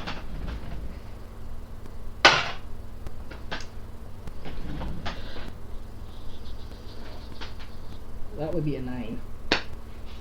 Okay, you have no clue. He just boosted your shit. Yes. No offense. I didn't mean to. Wow, dude. Like I said, I was just a random person. I didn't know it was gonna be you. Just the fact that you did it in general. Well, I told you things are gonna come up missing. I was gonna steal shit. I've already proved that to be. I mean, come on. I got a guy drunk and stole him. So, Alright, roll your perception check. Sorry, you lost your bag of holding. 3 plus. Well, yeah, it's Yeah. what, 9? Yeah, 9. It's about 12. Heads are gonna fly. I didn't see this. Character For knowledge, 12 player knowledge, though. You That's why I said seen heads. I say Lucian's character Thing is, how long walk does it up before you check towards your the half inventory? orc towards Gurak, You would notice but your due to the inventory amount of probably people wild. around them, So the you first didn't time see you did anything it- else past that. It just looked So like he it might walked be a up wild closer thing. to him. that jar of You fucking nails in assume there. it's because he's trying to view what's going on between You Not- put not in Gurak my and the holding elf. thing in my backpack. My character really needs to figure out what his motive is. Damn, I can't Going awry. To finish the conversation between me and that dickhead. Yes. What the hell? Back to you and the dark elf. Like, What do you do after he tells you that? Because he does nothing other than just tells you you're lucky that the paladin's there. Otherwise, he knows how to deal with your kind. well, as it is. Do you think that's the first time Gurek's ever been threatened by anything just because of my race or anything like that of my kind? I've been dealing with your kind plenty on the battlefield. As it is, and even so, just let a big old snort and just, at that point in time, just ignore him as if he's not even fucking there. Okay. Roll me an intimidate check. Oh, you're just looking to see if it's possible that he had it? Yeah. 'Cause I know some things on mine don't show up on there. Vice versa. Well, that should be on all of them now. It's Oh, a sure. standard. Yeah. And I don't have one open, otherwise I would just look at that. Gotcha. Wait. Oh yeah, 24. He shakes his head dismissively at you and walks to the whole other side of the group away from you. And that's it. He does nothing more. You alright? That's him like this time. Alright, so he stole your bag of holding. You're not aware of it. The elf walked away from you. He's not doing anything. What's your next action? Lean over that. What was the race again? It's a human female. Okay, then lean over the hot human female in the tight ass freaking leather armor. Say, how you doing?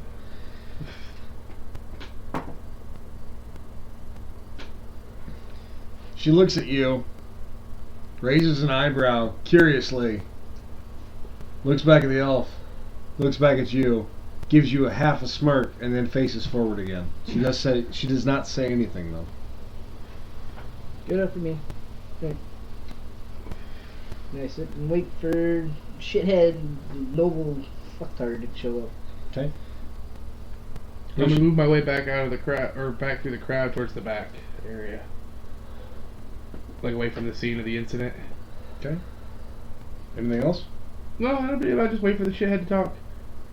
Okay. Theodore. I want to sing the Chipmunk song every time I say it. Woke me up totally at right. 5 crack ass in the morning. I mean, I'll do a precision check of crap. 11. Damn you dice. You're doing a what check? Perception? Yeah. Okay. Is there anything new? No. No. The paladin is talking with the two guards that are standing at the podium. Other than that, and the altercation between the elf and the half-orc, nothing's happened. Well, like he said, I wait for this shithead to talk. Are you actually recording it, or did you forget? No, it's recording. So, Shithead's good. you will notice that you all have been gathered now for some time. Out of nowhere, here comes a very tall but very lanky man dressed in fine raiments. He approaches and speaks with the three individuals who are in heavy armor, including the paladin. So the two men at the podium and the paladin. They talk quietly amongst themselves. They're far enough away that you cannot hear them. The paladin turns around and tells everyone that the noble has other business to tend to momentarily, but he shall be out within an hour to speak to the group, that you may go about your business until then. So, open for grabs. What are we doing? 1 hour, Jesus. I'm gonna do a perception check, see what everybody else is doing in the area after that he's given his speech. Same. Okay. 14. Well, you don't even need to roll for that. Oh, no. It's just passive. You'll see the group starts to break up. The majority of them head back towards the inn and the tavern in that direction. Now, bear in mind, due to the location, once they pass that first building, you know the inn and the tavern's that way, but you can't actually see anything because they've walked out of your line of sight. Okay. Now, there are a couple of them that head off in the northeasterly direction, but not many. Not many. Alright, I'm gonna do a perception check to see those people, if I can determine like their race and like what their stature is, if you will. Okay. 11, 8, so 19.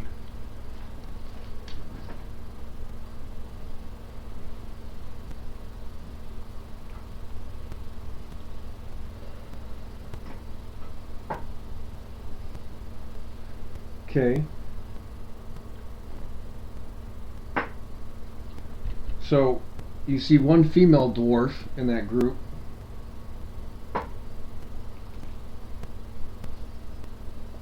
So dwarven female. Is that it? You see a halfling male, or wait, yeah, male halfling, You would recognize that one. You're somewhat acquainted. And a male dwarf. Yeah, male dwarf. So a male and a female dwarf. So I see a and bunch of the kids half, running off. And and a halfling male. So a bunch of kids are running off into the woods. In a manner of speaking, sure. You can say that. I think I'm gonna mosey my way back over to the inn. Okay. What are the rest of you doing? Sit there and realize, fuck, I got a good hour to kill. Fuck it, I'm gonna go in my backpack. Search for my jar of that ale. Okay, you find it without failure. Would I notice anything missing? Well, you said you were going in there looking for your jar. Pretty Pacific there. I understand I only have a few things in there. I mean, are you looking for anything but the jar? Because that would be different. If you're going in there intently looking for one item, you're going to be fixated on looking for the one item. Alright, well, okay, Because we can metagame it and go back and you can change it, I'm fine with that. But I mean, the way you said it led me to believe you're specifically the only interest you have is I'm reaching in and just fucking flailing about till I find that jar. That's what I got. Yeah, it's already gone. It's It's already gone. Yep, I'm committed. Fuck it. Get that jar. Okay. Swing. Give me a fortitude save.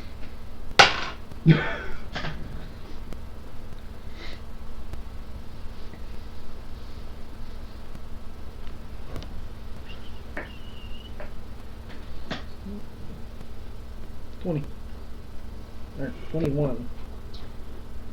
I'm sorry? 21. Okay. You feel that warm sensation hit you again? You're starting to get that, you're starting to crack that very human-esque smile again? Oh boy. Is that all you do? Well, you know, is that hot human still sitting there? No. She left with the remainder of the group. Well, then at that point in time, I'll rummage through my backpack just for the hell of it. Check on my shit, because I got nothing else better to do since we gotta wait for the fuckhead to show up. Your knowledge, character knowledge. Well, I mean, he's already in the bag. Yeah, He's got no, nothing I else know. to do. He's standing, he's just sitting there. I mean, I mean, yeah. I'll grant it this time, under the circumstances, because I mean, it makes sense, only given the nature of the situation. Obviously, you see that you're missing something. What do you do with that knowledge? A bitch! Do you check your bag for holes? Yes. Okay. You notice that there's not a hole in the bag, so you didn't lose it that way.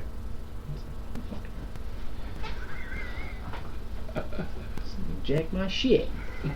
Do you say that out loud? Yes. The paladin says, what? I'm missing my bag of holding out of my pack. Perhaps you misplaced it. I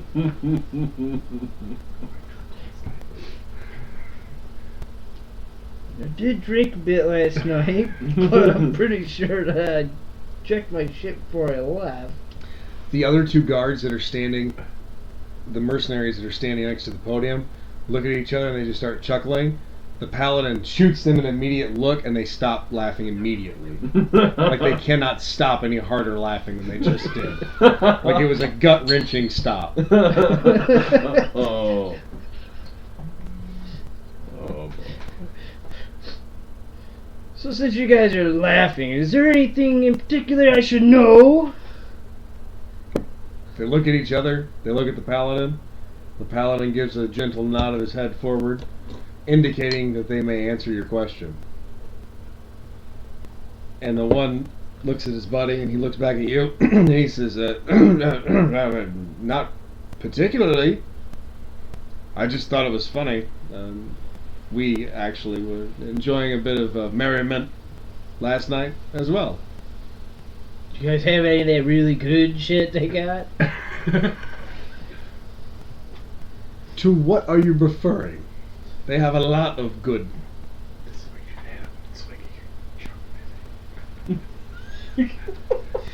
Well, I don't really know the name of this. Maybe you should take a swig of this and let me know if this is what you've had. Instinctively, the one guard lifts his arm, and the paladin looks at him, and he shies his head down and immediately puts his hand down. He's like, I believe I'm familiar with what that is. I hear it's nice. Oh, but it is. Right,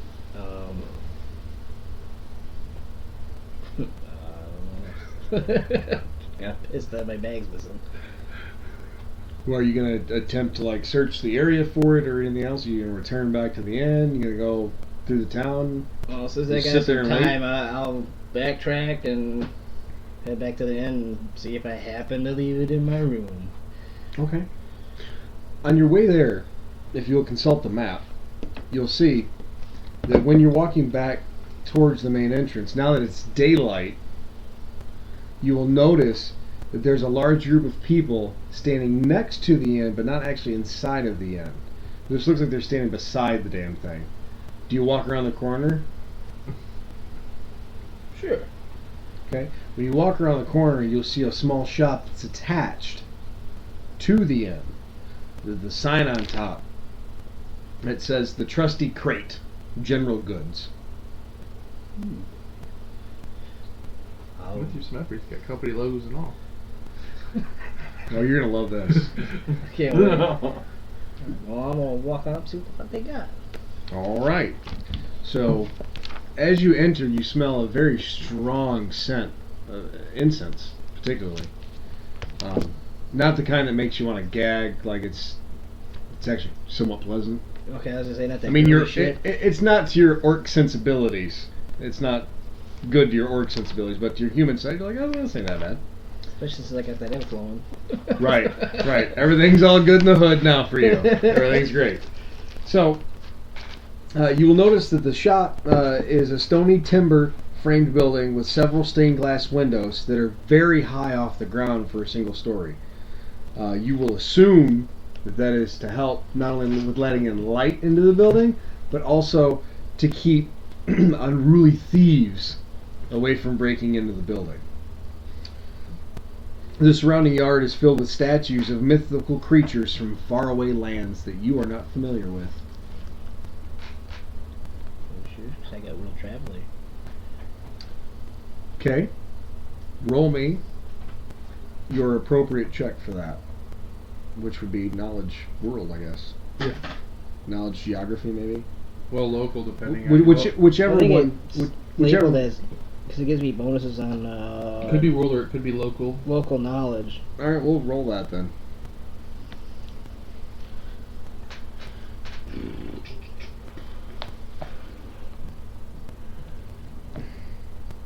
So what would the actual check for that be, though? Just your knowledge check. If you have any specific knowledge abilities, it'll be in your skills list in your character sheet.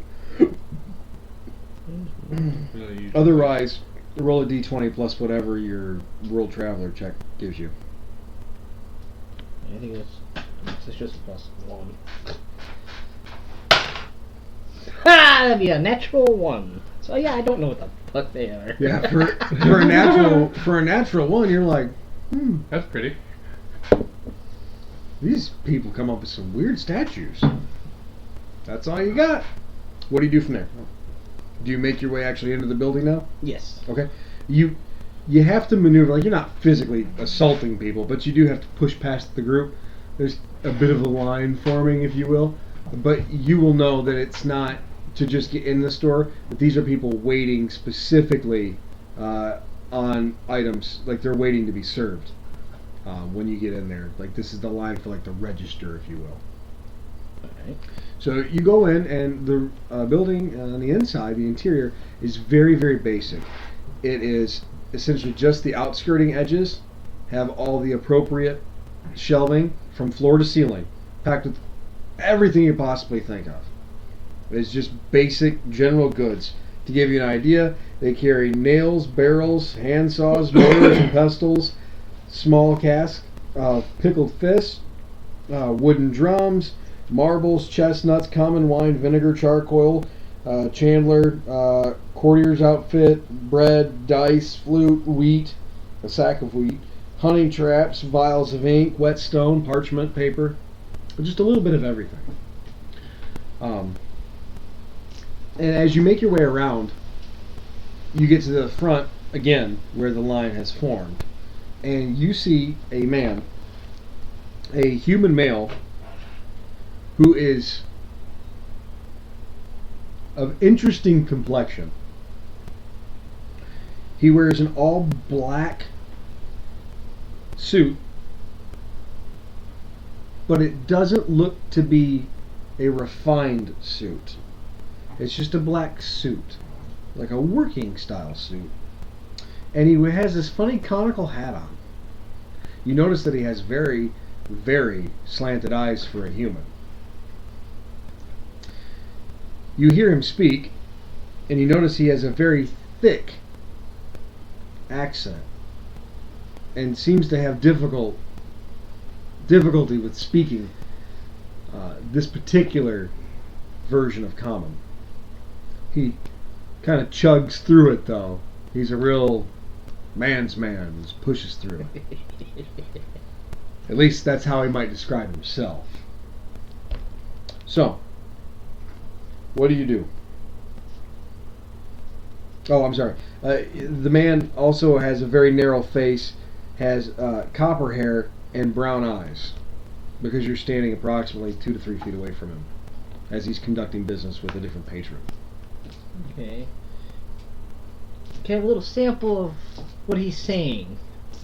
Yes. He is telling the individual that's standing there, he says, "Oh, I know have right now. You come back later. I have later."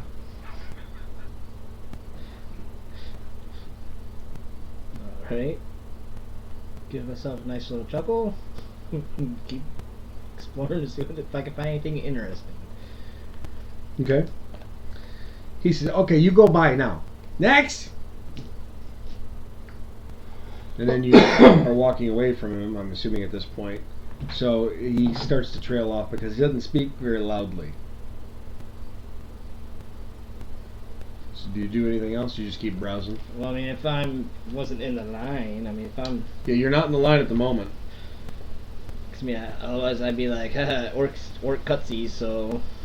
But... Do you want to do that? I'm okay with that. Sure, I just need pull to... the old orc cutsies and be like, well, do I see anyone approach him immediately? As he says next.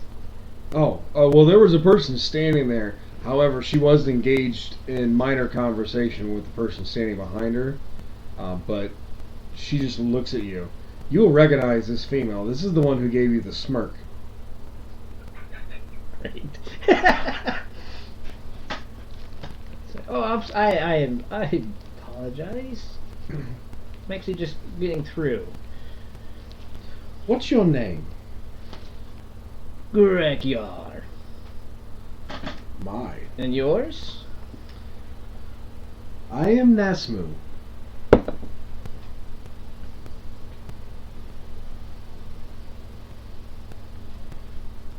Where do you hail from? Unfortunately, I hail from here. I am a local of Oakhurst. So is there anything interesting to do around this place? Oh, well, there's a few things that might be of interest to a traveler such as yourself. Well, of course, you know the bar, or the bronze boar. And then this is the trusty crate. Then there's the stables on the outside of town near the south gate. There's the park, which we were just at, where you pushed that elf. Quite charming indeed. Also, there's the blacksmith shop. Then there's the dockside, where the docks are, you understand. Then there's the alchemist store, the tannery. Then there's some various other buildings, the temple, and of course the mayor's home and the barracks for the town guard. What's there to do that's like really fun? some like nitty gritty kind of fun. Ooh. What kind of fun do you mean? It could be lots of sorts. Little fighting, maybe. Oh, if that's what you want, then I suggest you go to Elder Ghost Hall.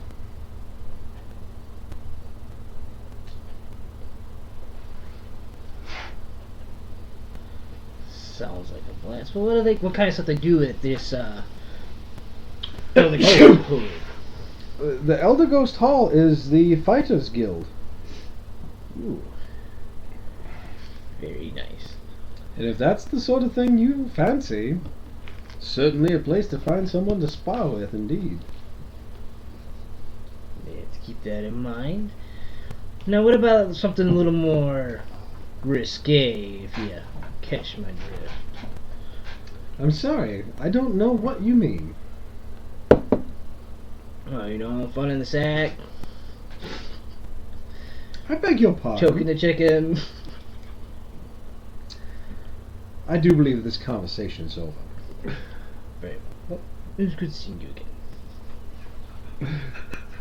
She says nothing in reply to that. You were doing fine and you had to push it. That's what happened then. You killed it. You pissed all over it. Okay. So, does that conclude your action? Unless I can metagame that and just kind of be like, well, I'm gonna continue browsing. Absolutely. You continue browsing. Makes sense to me. Alright, so, who was the first one who walked away? Was it you, Lucian? You walked away first? Yeah. Okay. What are you doing? I know you said you were going toward the end. I don't know if you meant you were going in or not. No, I said towards the end. On my way there, am I noticing anything? Well, because you're on your way back the fastest, you will notice that when you are walking toward the main entrance, toward the end, you notice that everyone else is staying on the main path and walking past it, walking around. Okay.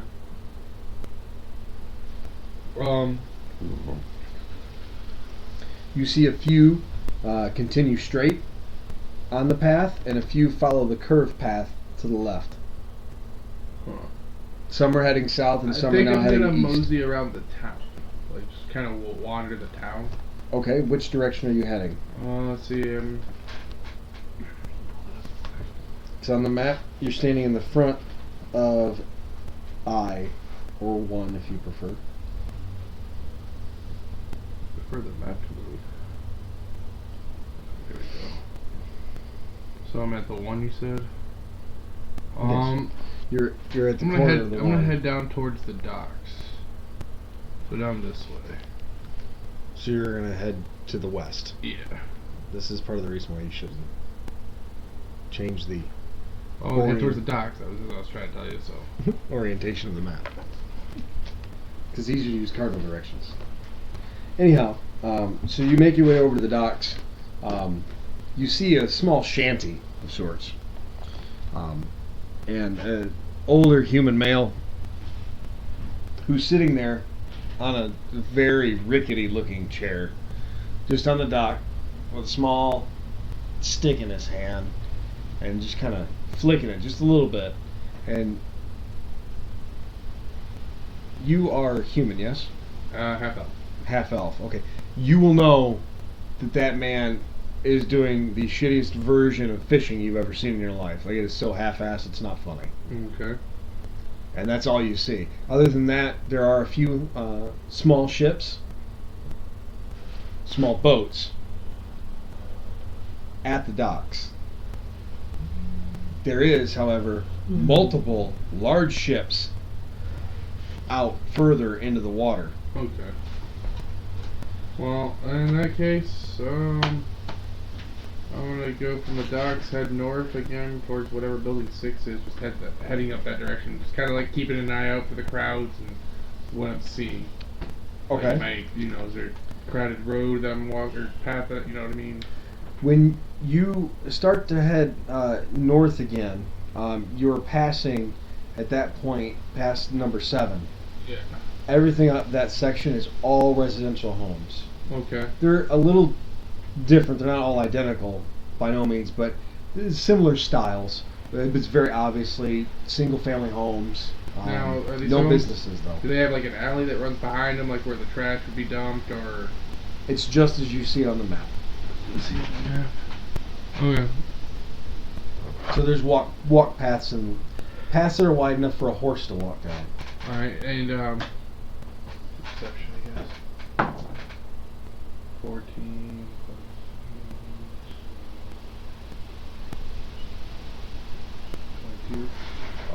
So, do I notice, is there anybody in, like, do these homes seem like the people that would live in them are gone?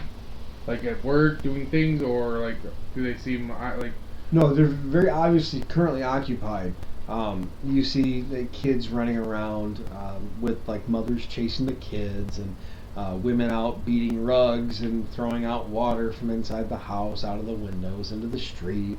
It's very much a bustle with the typical residential life. Any of these houses sticking out from any of the other houses? No, not yet. No, not not at yet. this time. Okay. They're all basically the same. You would assume that this is probably the more cheap side of town. Cheap side town? Alright, well, in that case, This is your low income housing. This is the projects. I'll start heading towards south, towards building number 3. And at that point, you can, again, just checking things, you can let Nick take over from here, because I'm just walking at this point. Unless something sticks out. Okay. Well, you were over here, Went north towards and you went 6. north towards 6, and now you're going south, and you said towards 3, which is over here. Yeah.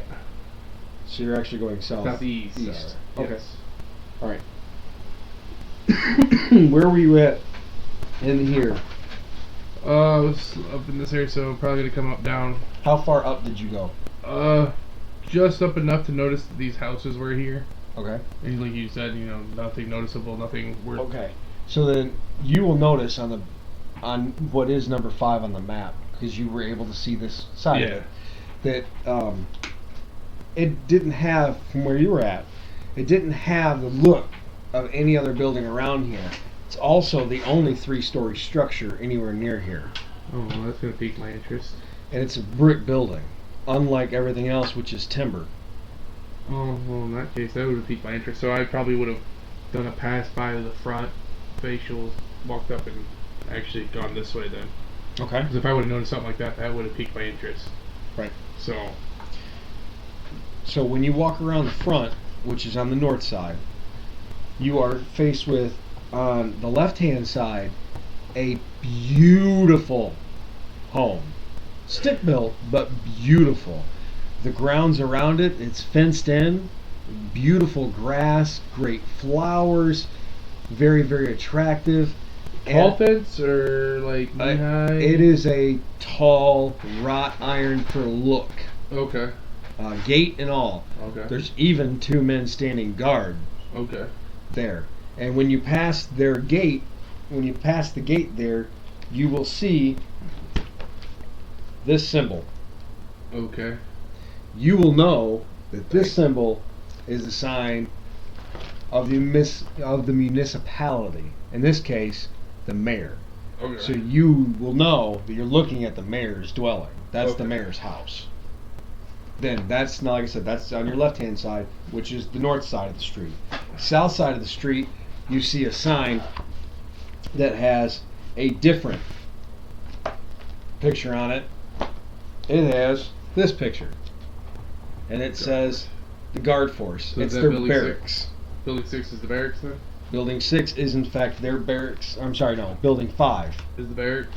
Building 5 is the barracks. 6 is the municipal. No. Number 10. You're not scrolled up. Oh, okay.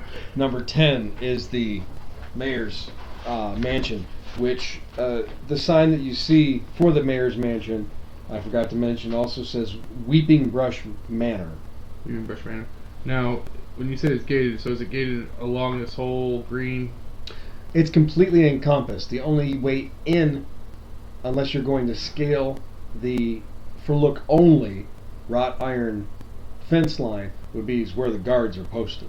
What would be the gap between the rods? Like 6-8 inches at most. Okay, so barely an arm's Yeah. width. Okay. Again, it's really for look more than anything. Well, yeah, but these are things I need to ask because if it's wide enough, I could probably slip through. Do I notice if any of the windows on this building are barred or are they open? On the manor? Yeah. No, they're not barred. However, they are stained glass. Stained glass. Very ornate stained glass. So ornate, in fact, when the light hits it just right, you can see the gold inlays Gold inlay? from the street. Okay. And this is set pretty far off the street. Alright. Oh. Let's see. Now, Just that moment, as you're looking at the manor, you hear, "Oi! What are you doing?" from one of the guards standing at the gate. okay, I'll just turn my head and kind of look. You don't. No, I'm not gonna say anything. Say Just kind of look. Hey, I asked you a question. What are you doing? Now, is there anybody else in the street besides me in the area? His fellow guard who's standing. But say, so I'm gonna look at the other guard and go. Just simple hand gestures like, "Are you talking to me?" kind of thing. But I'm not gonna say it. Just kind of look at him funny like. The typical Rob expression. The other guard doesn't say anything. He's more confused than he was previously because he doesn't understand why you won't answer. He looks at you with the gesture. Now he's even more confused and goes, "Oh, maybe that bloke's one of them mutes." Mute? What do you mean mute? You know, the ones who can't talk. The dumb. And then ignores you. And I continue on my way. Well, at this point, I've done looked at this place. I'm gonna head back towards the hotel, towards the inn/bar. Okay. And What's the route? I'm gonna end my action there. So south, I'm assuming. So I was over you here. were so here. Just gonna walk back this way. Okay. When you come around this way, you see the front end of number 6. Okay. Number 6. As you get close, you feel a little warmth, and you hear a ting, ting, ting, tss, and you see a sign for the Defiant Dwarf Arsenal blacksmith shop. You look inside because, of course, unlike the other buildings, this is more of an open front. You can see clearly into the place that there is a very beefy dwarf back there beating the bejesus out of something. Anyways, beating the bejeebus shit out of something. Yes. So, do you take any further action Uh, there, or do you just keep on? I'm gonna keep on keeping on. Okay. I ain't got no business with the blacksmith right now. Okay. And do you just continue back to the temple? Or, I'm sorry, Yeah, not the just temple, again, and- kind of taking in the housing and stuff around me. So Okay. if there's anything When you get, elegance or anything that sticks out, you know what I mean?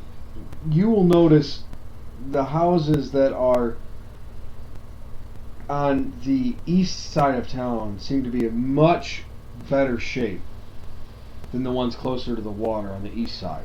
Okay. So you get the vibe that the more financially prevalent live on the Eastern. yes, on the eastern side of town, away from the water's edge. You'll also notice that there is a natural grade slope from the water's edge going up, so that the better homes are on the higher ground. Gotcha. Alright. And when you pass by the park or the town square, the Tree of Life Park, you will notice that the paladin and those 2 officers are still standing there. And you guys are not there, right? You guys already left. Yeah, I haven't done anything yet. I basically just re-looped there. How have you not done anything? I thought he walked around the corner. Yeah, so did I. No. You went, him, then No, you back have to to check you. to see if there's anything else going on. I was thinking that's fine. Okay. Alright, so we will hold your action. That's fine. My action's been going on forever. So, tell us, Theodore, what are you doing at this point? He cuts you loose and says, be back in an hour, essentially. I'm wondering, do I see the half orc scrounging around, or I'm just gonna roll up? Well, if you didn't leave, then yes, he's one of the few left standing there besides the So I saw guys in all the armor. whole ordeal. No, you did not. Your character did not see him steal anything. No, I meant like the whole ordeal with him. Him and the elf. Yes. Him and the elf, and him and the guards, and the paladin. Yes, you were privy to all of that Uh, because you were still standing there. One of the few. There was a couple other ones, but they weren't paying attention because they were talking amongst themselves. In a language, what all languages do you speak? probably.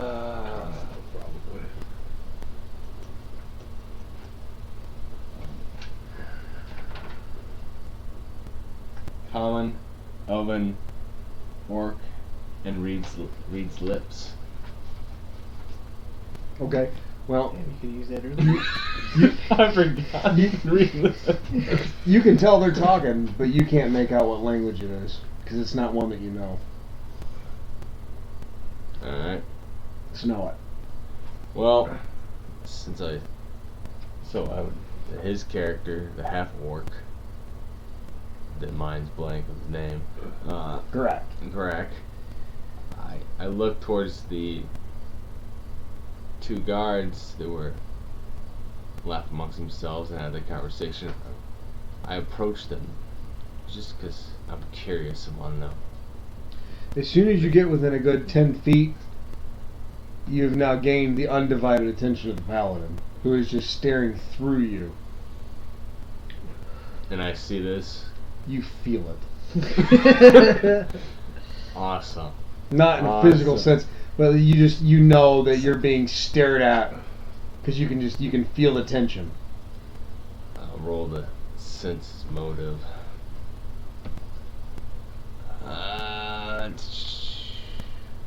14. The paladin is just simply watching what you're doing.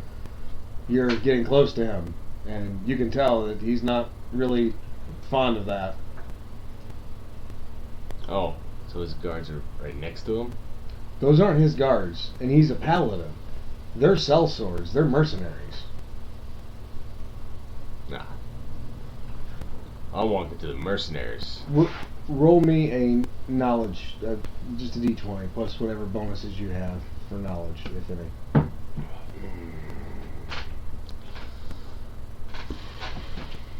13. Okay, for a 13, you're half elf, right? Yeah.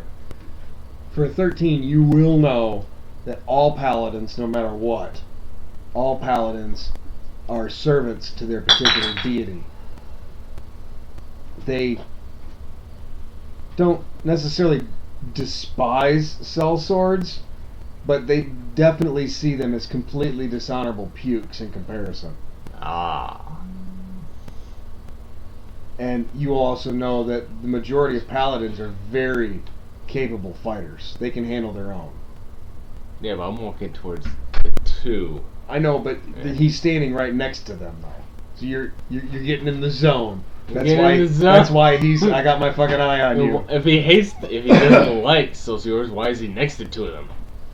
Because you probably hired him. Perhaps you should ask him. Nah, I don't like the guy, and I know he definitely doesn't like my character. So I approached them Okay. with the paladin eyeballing me down, Mm-hmm. and I glided over and see it. I asked them, I witnessed all that commotion. I'm curious, what was the smirking all about?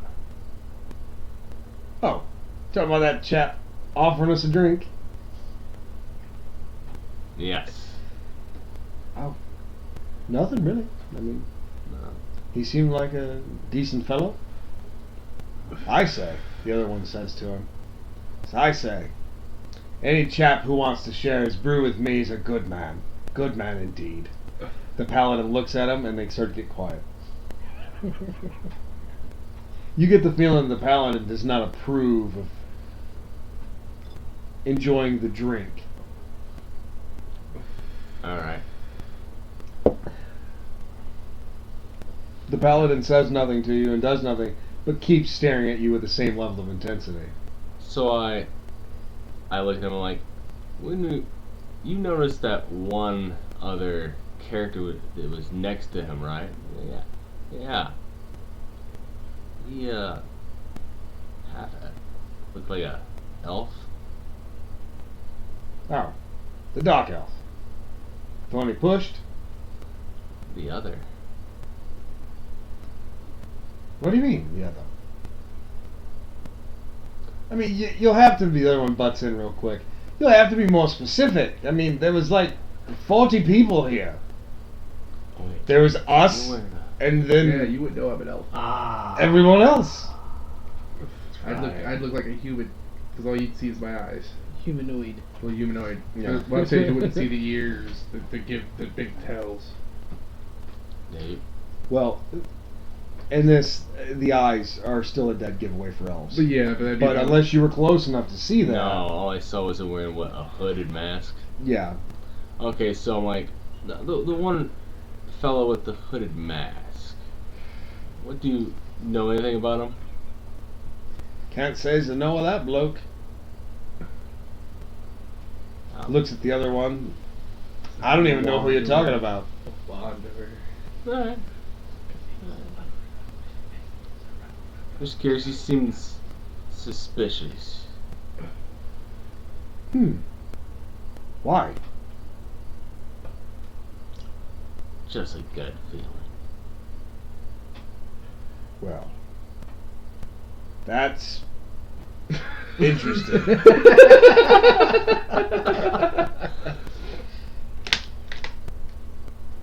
All right then. Well, you have a good day.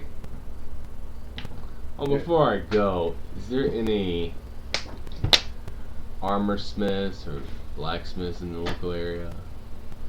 He gives you the look like you're the dumbest person on the planet, and he goes, "Yeah." Can you point him in the direction of them? He literally goes like this, and he glances to his right, your left. Not even 20 yards away from you is this big sign on the building that says blacksmith. You can hear the hammering from where you're standing. Well, I didn't know that.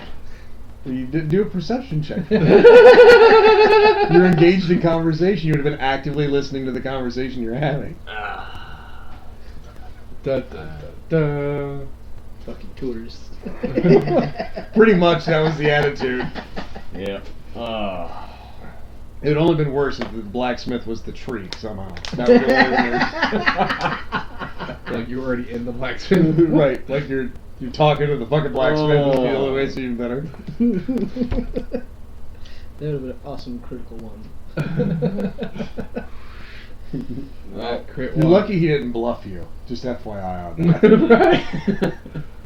Alright, so And now you've completely lost any credibility you had with the one. When you said that guy's shady, because now he's like, this guy's fucking retarded. He doesn't know where the damn blacksmith is, but he knows about people, though. Hawkeye over here. Of course, he doesn't say any of that to you, but that's what he's thinking. So do you just stand there in awkward silence? I was thinking, come on, I'm tired, man. It's 5 in the morning. All I knows when you're saying mute, all I had is my Python going through my head and what the mute. When you do a mute. Oh, call back. Well, I look at him like, well, is there anything interesting in this town? Well, I mean, it depends on what you say is interesting. We have the docks. You can do some fishing there. Maybe get on one of the boats. Do some more better fishing. Away from the land, of course. Then, well, there's the inn. You know where that is. You sure? You got the, well, he just assumes, because he was they were already all in there together. He said, and then, you know, there's the temple, but I don't know that they'd have much use for your kind. No offense, though, you understand.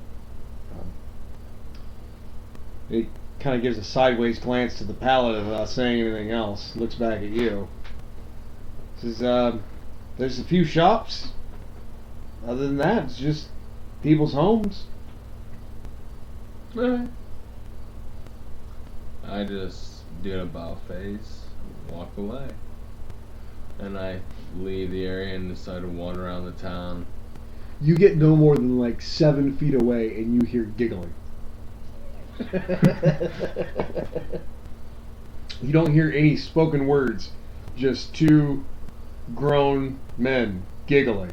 That's all you hear. Do you stop or do you just ignore it and keep walking?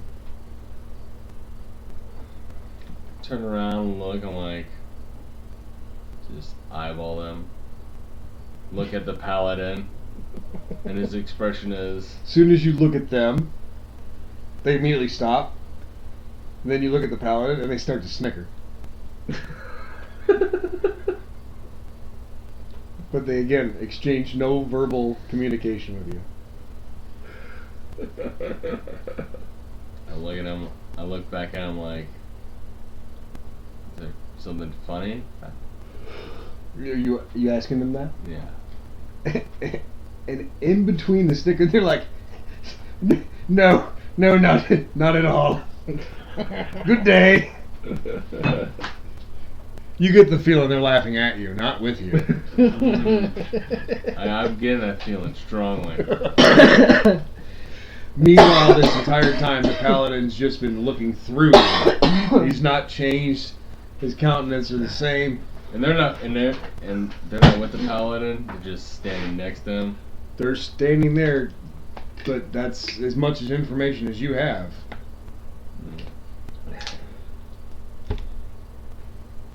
You find it a little weird that obvious mercenaries would be working with a paladin, but it's clear he's in charge. Yeah. They're laughing at you. Yeah, well that was a given. I just look at the paladin. I'm like,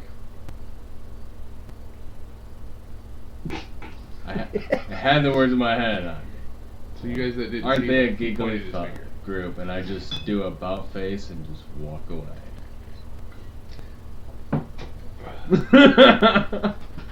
See if he triples.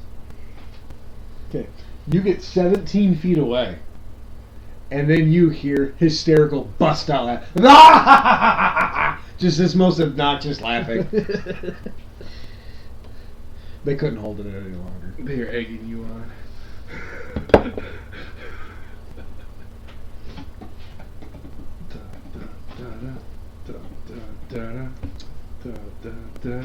What you gonna do?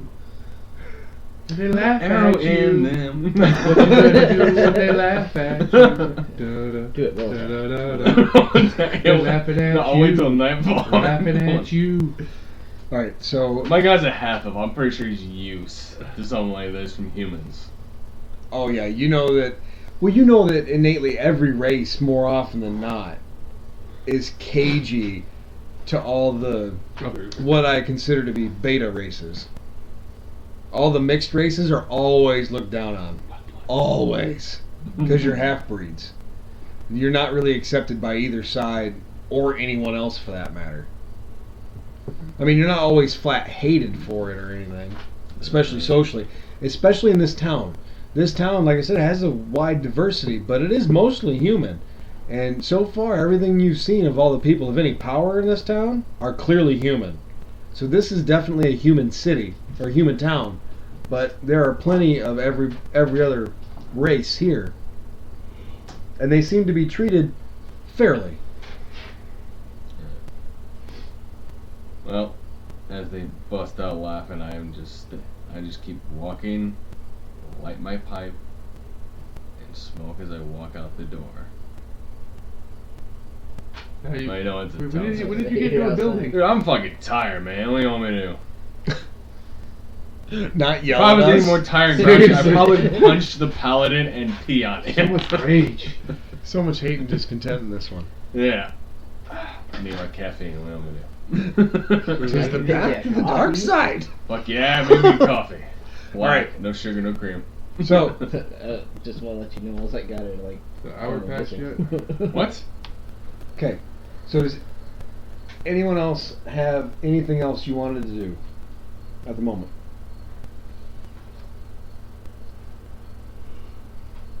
Did get this Finn. story going. I'm No. ready to So I move can on. always check the ready to move on Okay. to that. Fighters Guild out later. Okay, so then, 'Cause, my interest is definitely in that. one of the guards comes through the town, walking down the main drag, and anyone who's kind of hanging out in what I'm assuming is smaller groups of people, he starts saying, "Hey, the noble's on his way. Come on back. Let's go. Let's go. Let's go." And he's getting everyone's attention. People are passing the word that, if you're wanting to go to this, now's the time. So as you guys are starting to approach, is one massive mob again, like a bunch of herd of cattle, just moo. That's what I like. As you're walking up there, the noble is already standing there waiting on the group. And now the paladin Payback. yells out to hurry to the group. And the vast majority of the group takes off at a dead fucking sprint. What are you guys doing? Gonna see finally what the nobleman wants. Do you walk at your standard pace? Do you walk slower all of a sudden? Do you walk faster? Do you run? What do you do? I keep pace with the group, but not to overrun any of them. Fair enough. I'm gonna say the same thing. That way I don't piss Same. off the Okay. shithead. So Yeah. just a faster move Paladin's pace. on a Gotcha. shed. So Walk a little haste. Shithead number Yeah. 2. Yeah. Yes. Okay, so you all get up there. The paladin immediately calls for silence. You will know that no one was speaking, but the paladin still yelled for silence. Real egotistic, ain't he? That's special. He's a very particular kind of fellow. That's all. So, in any case, the nobleman again does not identify himself, and he starts to speak, and he explains by thanking everyone for their patience due to the fact that there was some trying business he had to attend to. And then he explains in a very condescending fashion to the group that it's quite time consuming to be mayor. So at this point you now know that the nobleman that is addressing the group is in fact the mayor of the town. He's the mayor of Oakhurst. Okay. So you will know by looking at him, the mayor has a very long face, long, stringy, silver hair, soft gray eyes. He wears extravagant raiments, best you've ever seen on a human, and wields an ornate rapier. Excuse me. And you will know where he lives Mm-hmm. because you've already passed Oh yeah, okay. the sign that says, the mayor's, or the Weeping Brush Manor Gotcha. with the mayor's symbol on it. So, the mayor starts to speak and repeats the exact same thing he just said in common. He repeats it in a different language, specifically Dwarven. Then he says the same thing again in Elvish. Then he says it in Sylvan. Then in Halfling. And last but certainly not least, Gnome. And no one there's a gnome. Or a giant for that matter, because that's what they speak too. Well, we got ourselves a politician, don't we? Yeah. He's a panderer of sorts, wouldn't you say? I think so. So, along with being his own interpreter, he explains in the most elegant of fashions that he is in desperate need of anyone's help who's willing to assist his town. He begins to explain to you a set of circumstances that has unfolded, which are quite dire, as he would put it. And he explains to everyone that there is an open contract because there was another party of adventurers that were locally based, and they had delved into the Sunless Citadel ruins a month ago, and they have not been seen from since. There was 2 human members. Two human members, which are believed dead, were a brother and a sister. They were Talgan and Sharwin Herculu. They were part of an important merchant family based in this town. Kerwin Herklew is the matriarch family. This, of course, is all the information the mayor is providing you because you're all not locals. You wouldn't know this. It goes on to explain that the family is offering salvage rights to anyone who can find and return the 2 lost members of the family, or at least their lost gold signet rings worn by the brother and the sister. And says they also offer 125 gold pieces per signet ring per member of the team that finds them. And if it's returned in good condition, the money would be doubled. For the ring or them? Well, if you can obviously bring them back, that's huge. You'd probably get more money.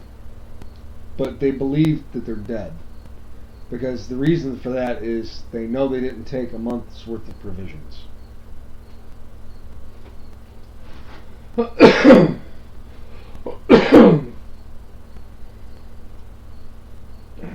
See here. So the main road that you guys came in on is known as the Old Road. For any number of reasons, most of the biggest one being that's the old road that's been there forever. Hence why the name of the Old Road. And it runs right past the ruins that they're referring to of the Sunless Citadel. But it's dangerous to get near the ruins themselves. They are off the road because it's known goblin territory. That's their area of operations. They run that little section. So everyone who's passed through this area knows that if you go over there, you're going to have a fight on your hands. And might even die if you're ill-equipped to handle the situation.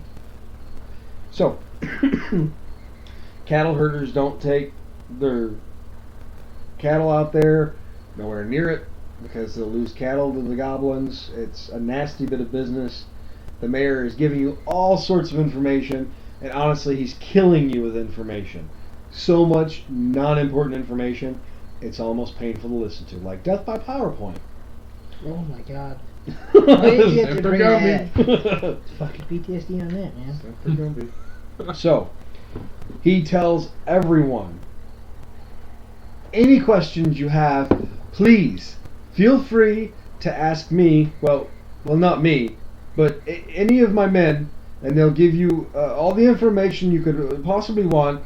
Please, by all means, help us return these people if they are alive. Otherwise, return the family property, and you will be handsomely rewarded. And at that time, he claps his hands, walks away, and he's now leaving with the other 3 escorts that he has. The original 2 are moseying about. They are leaving the area slowly, but not at the same abrupt fashion that the escorts are leaving with the mayor. And the paladin is turning to also walk away. They are all heading towards what you know as the mayor's residency, in that general direction, but they're all heading towards the northwest from the tree. So, The guy that went to raise his hand instinctually to accept the swig, I'd like to get his attention. Oi!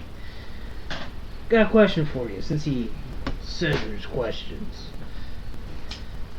and he goes, well, yeah, what? First off, if you can help me out with maybe a little potions or 2 to help with this endeavor, give you some of these, the rest of my jar here. Well, I mean, I don't have any personally. But, I mean, there is the alchemist shop on the other side of town. Well, I understand, but since this is such a grand endeavor and, there's need of killing and possibly death, Right. is Well, it possible for that to be provided? By whom are you suggesting? I mean, it only makes sense that you should go see Mika at the Sad Shock Potions shop.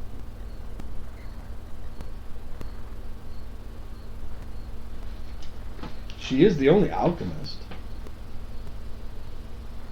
At least that I know of. Fair enough, but like I said, though, since it's supposed to be the town that's in need. The mayor is the mayor of the people, you understand. He says that, but we're not funding the expedition. It's not appropriate, you understand. Well, You would be compensated, assuming you are able to complete the task. fair enough, fair enough. Just want to thank you for this information and give yourself a nice little swig. Oh, you sir. And he takes a enormous chug. Now, is that guy by himself?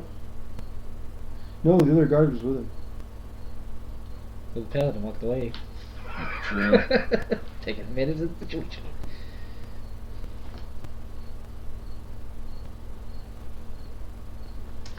He says, "Oh, it warms my bones." It does, doesn't it? It does. He offers it to the other guard, and he looks at it confused. And then his head goes back, and he starts to go cross-eyed. And as he's falling down, the other guard grabs the jar as his friend collapses on the ground. And all he goes is, "Oh, my head." You will know that he is now heavily intoxicated. Told you that's some good shit. The other guard hands it to you and says, "Best you be on your way." And he reaches down and helps his friend up and drags him back to the direction they were heading in originally. Nice. I want to roll a perception check to see if I saw any groups heading towards the direction of the task. After. Just about everyone did. The only ones who didn't were skirting towards the blacksmith. Oh, yeah. Other than that, it was the appropriate people in body armor and the noble going towards the noble's home. Alright, I guess the reason why I want to do the perception is did I notice any particular group that maybe stood out as strong, maybe a stronger group than the other, as they were heading out towards this objective? Not really. No? They all seemed individually capable individuals by themselves, but you're not seeing a whole lot in the way of teamwork.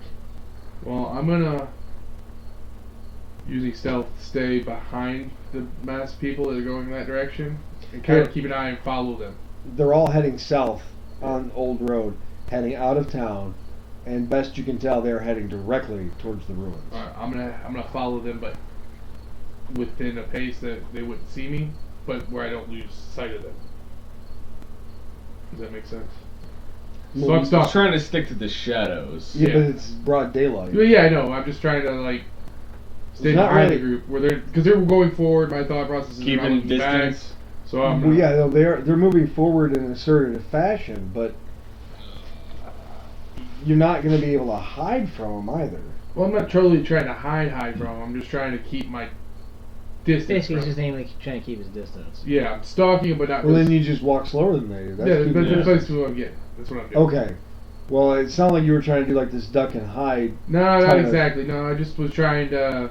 walk slower. Yeah, but main visual. Well, that's I'm- easy enough to do. Okay, that's what I'm doing. I'm adding that. Because they don't give a shit how many people's going with them. They're all going because everyone's after the same damn thing. Yeah, that's my thought process. So I just follow behind them and let them all die first. Fair enough. That's my thought process. Is that your... But first, I'm gonna see if I can give me some motherfucking potions just in case. Okay. I like to be smart on that shit. Alright, so let me skip to him then on this one. So you know, because the man gestured in the general direction, you know that you need to head south of your current position pretty substantially. And you are looking for the number 8 location. Alright.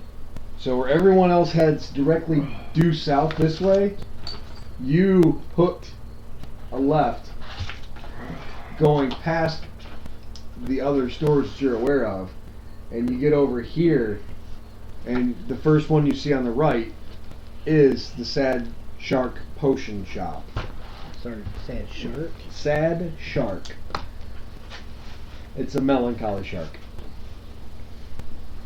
I want to enter the establishment and seek out Mika. So, the shop is a 2-story stone-walled building with a slate roof. A small dragon skull hangs over the hearth of the entranceway. When you enter, you will notice a very small shop on the inside, but it seems very well stocked for its size. You look around, you see all sorts of stuff. Different colors, different bottles, different vials, all different shapes, sizes, colors, consistencies, with little descriptions on each one and what it's for, how much it costs, and that sort of thing. And then in the back, tinkering above what you assume is the equipment that an alchemist needs, is a female elf. She has short red hair and amber eyes. She wears leather armor and wields a short sword and a collection of alchemical bombs hooked to her belt. So you know that party. You also hear panting, but you're sure that it's not coming from Miko. Okay, make a perception check to see if I can figure out where the hell that's coming from.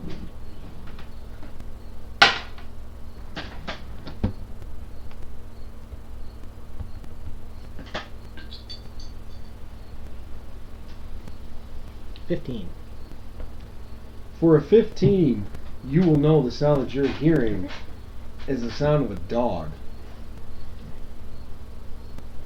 And you've got an idea based on where the sound is coming from loosely.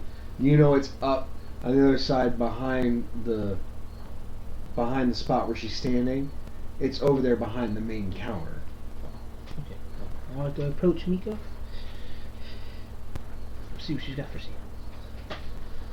She turns around and says, "Oh, hello there." She seems very proper and very cordial. She explains to you that she has all manner of potions and things. She says, "Well, you know, I have a potion of cat's grace, a potion of dark vision, a potion of displacement, eagle splendor, haste, jump, protection from electricity, remove curse, remove fear, even potion of resist electricity, and silver sheen, of course." And that's just what I have available now. I'm still working on some more. The local group has somewhat taken some of my stock, you see. Very well. So do you have anything of healing? Oh. Well, let me look. Well, you know, I'm not seeing anything out here. Let me check the back. It is possible that they... And she's talking to you as she's walking to the back. So she's talking louder so you can hear her.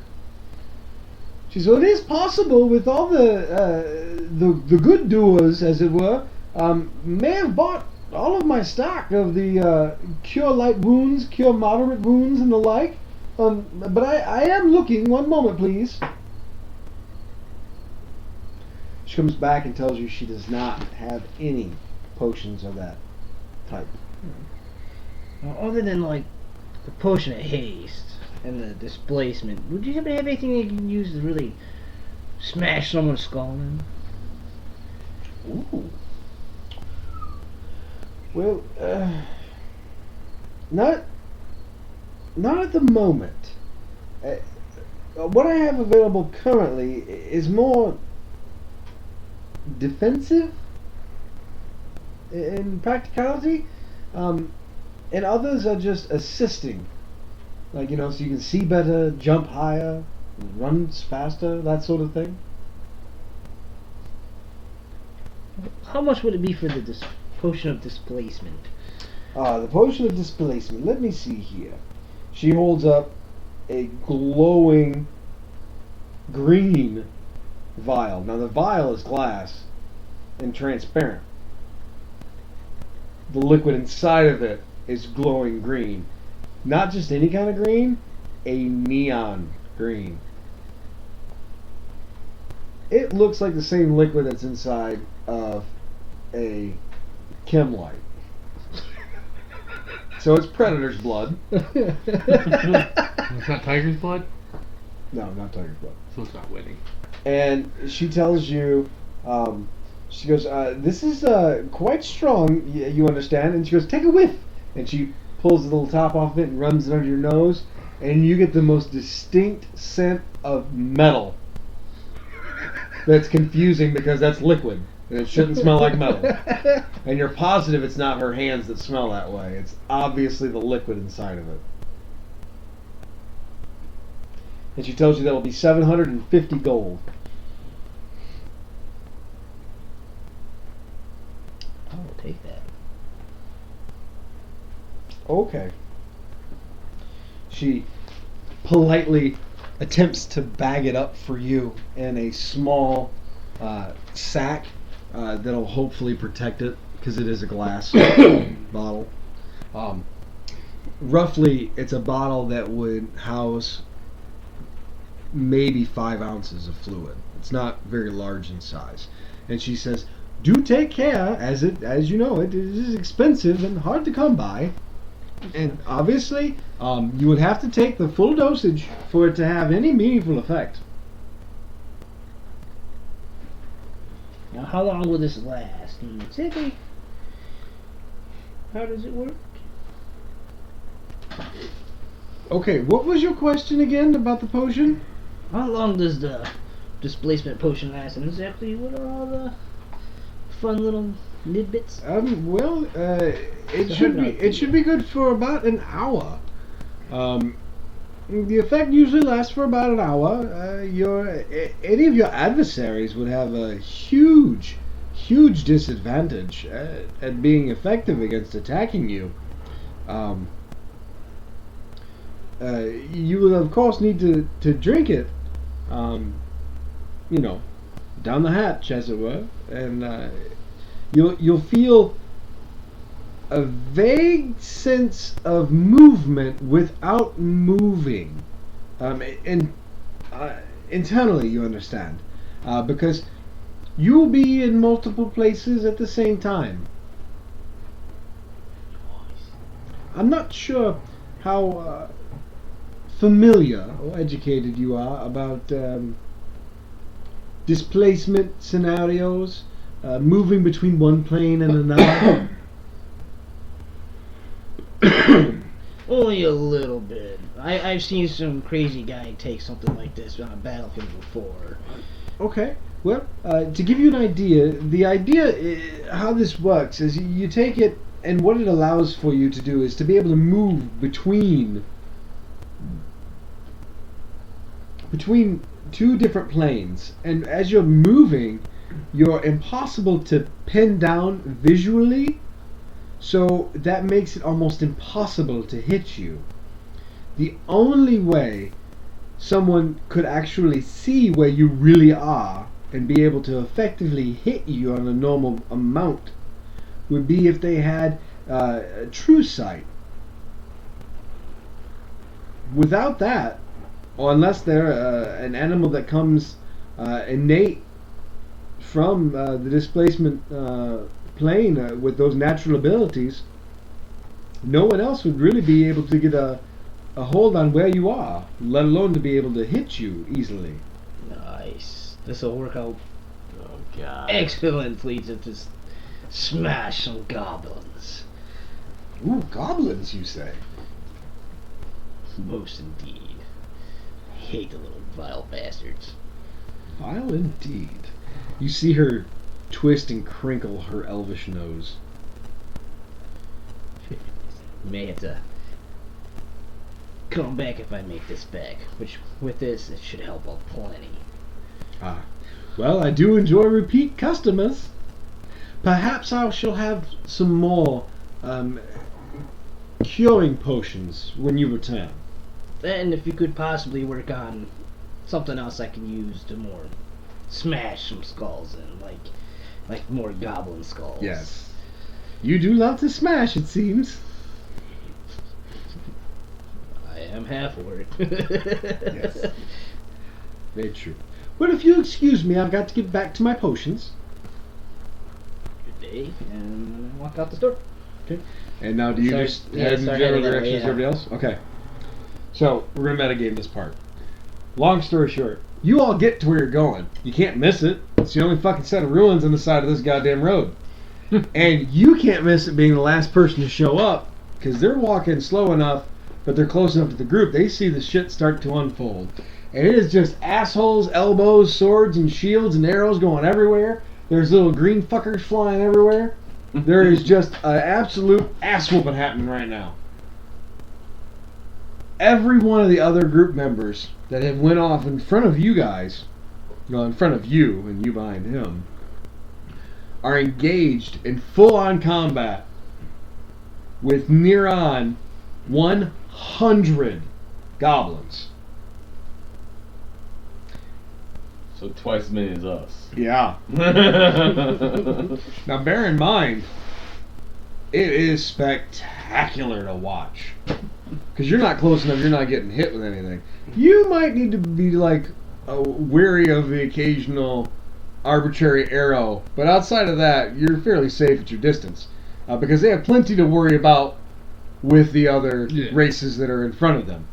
You hear all sorts of yelling and screaming, and then all of a sudden you see out of a hole comes a gigantic, in comparison to the goblins, gigantic, ugly, grotesque looking thing, which you surmise has to be a hobgoblin. And he is just laying waste to all the other humanoids in support of his goblin followers.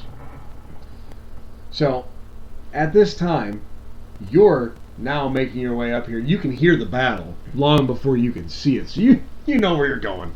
It's easy enough to figure out. Like, oh, the ass whooping's over there. That's where I gotta go. So, you make your way over there. You see this guy standing there watching this unfold.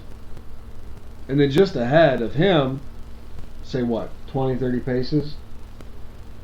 Is your distance between him, you and him? I guess, yeah. Okay. So just in front of him is this guy. And then everybody else is involved in combat. So when you get to him, what do you do?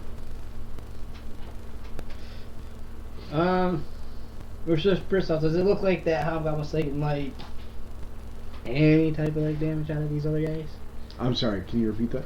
Does it look like the hobgoblin was taking any kind of like Serious damage? yeah? No. Like what's Is he like He's like an basically unstoppable machine at this point. He is slaying people left and So right. we're visibly able to see him just start wasting people. Yes, without a doubt, he is the most dangerous person involved in that fight right now. Well, from your I'm guessing. perspective. He's cutting people down with one hit. Oh shit. Okay, good to know. That kind of Yeah, that helps really. me on where I want to go now because it kind of changed my. Can I roll a gameplay. perception check to see if there's any cover / concealment places for me to No, sit behind and you cannot. watch? You cannot roll it. It's free information because you're not engaged in combat. You're not Alright. distracted. You can see Alright. the whole. So do I see any like places that would provide possibly cover, maybe concealment? No, No. maybe defilate at most. At most. Do I? It's pretty much open field, leading down into a crevice, and the Ah, crevice is from which all the goblins and the hobgoblin came from. Okay. Alright. I was gonna ask if there was some like hilly area or some The areas to where I could get a height advantage. the issue is to give you a lay of the land, so to say. You see pillars, old ancient stone pillars sticking up with no overage. It's just the bland pillars by themselves sticking up. you can tell that there has been some sort of earth movement and it has sunk into the ground. And out of between where the pillars are standing is where these guys are coming from. So that's the only defilade to speak of, is right in the heat of the battle, right in the middle of the place. And you're seeing, again, just massive combat happening everywhere. You're seeing body parts getting chopped off, little green guys getting chucked into the air by the big angry dwarves. Like, it's just assholes and elbows. It's just nasty out here. You hear screaming in multiple languages, some of which you don't even understand. Maybe you recognize the language, but you don't understand what's being said. But everything else is just a lot of grunting and very primal responses to the unique set of circumstances that combat provides. Well, seeing how as I speak Goblin, would I hear any specific commands being tossed about? Yes. You know that the Hobgoblin is giving specific tactical direction to the goblins and trying to wagon wheel around the group and flank them. Okay, and then would you also say that our main objective is going to be like basically behind them in the spot where they had emerged from? Well, it's the only place of interest is the actual ruins themselves, and the mayor did say that that's where they were going, was in the ruins. Okay. So that is effectively Now, the objective, is to get in the ruins, but you have to get past these guys, clearly. is the Hobgoblin leading from the front or the rear? At this Those point, goblins. they're so dispersed, he's trying to get them into some effective line, Okay. and it's not working, because goblins are stupid. No, yeah. So wait, since it's open field, how many of these goblins? It's a grassy knoll, is the best way. Grassy knoll. How many of them have ranged weapons? Just about all of them do, but not all of them are using them. Some are engaged in melee combat, using their small weapons, which I believe, off the top of my head, I want to say it's like very small Morningstar style. That's not right. It's all short swords and miniature stuff, because they're tiny and yay big. So with that, It's like the Angry Lollipop Guild if you painted them green.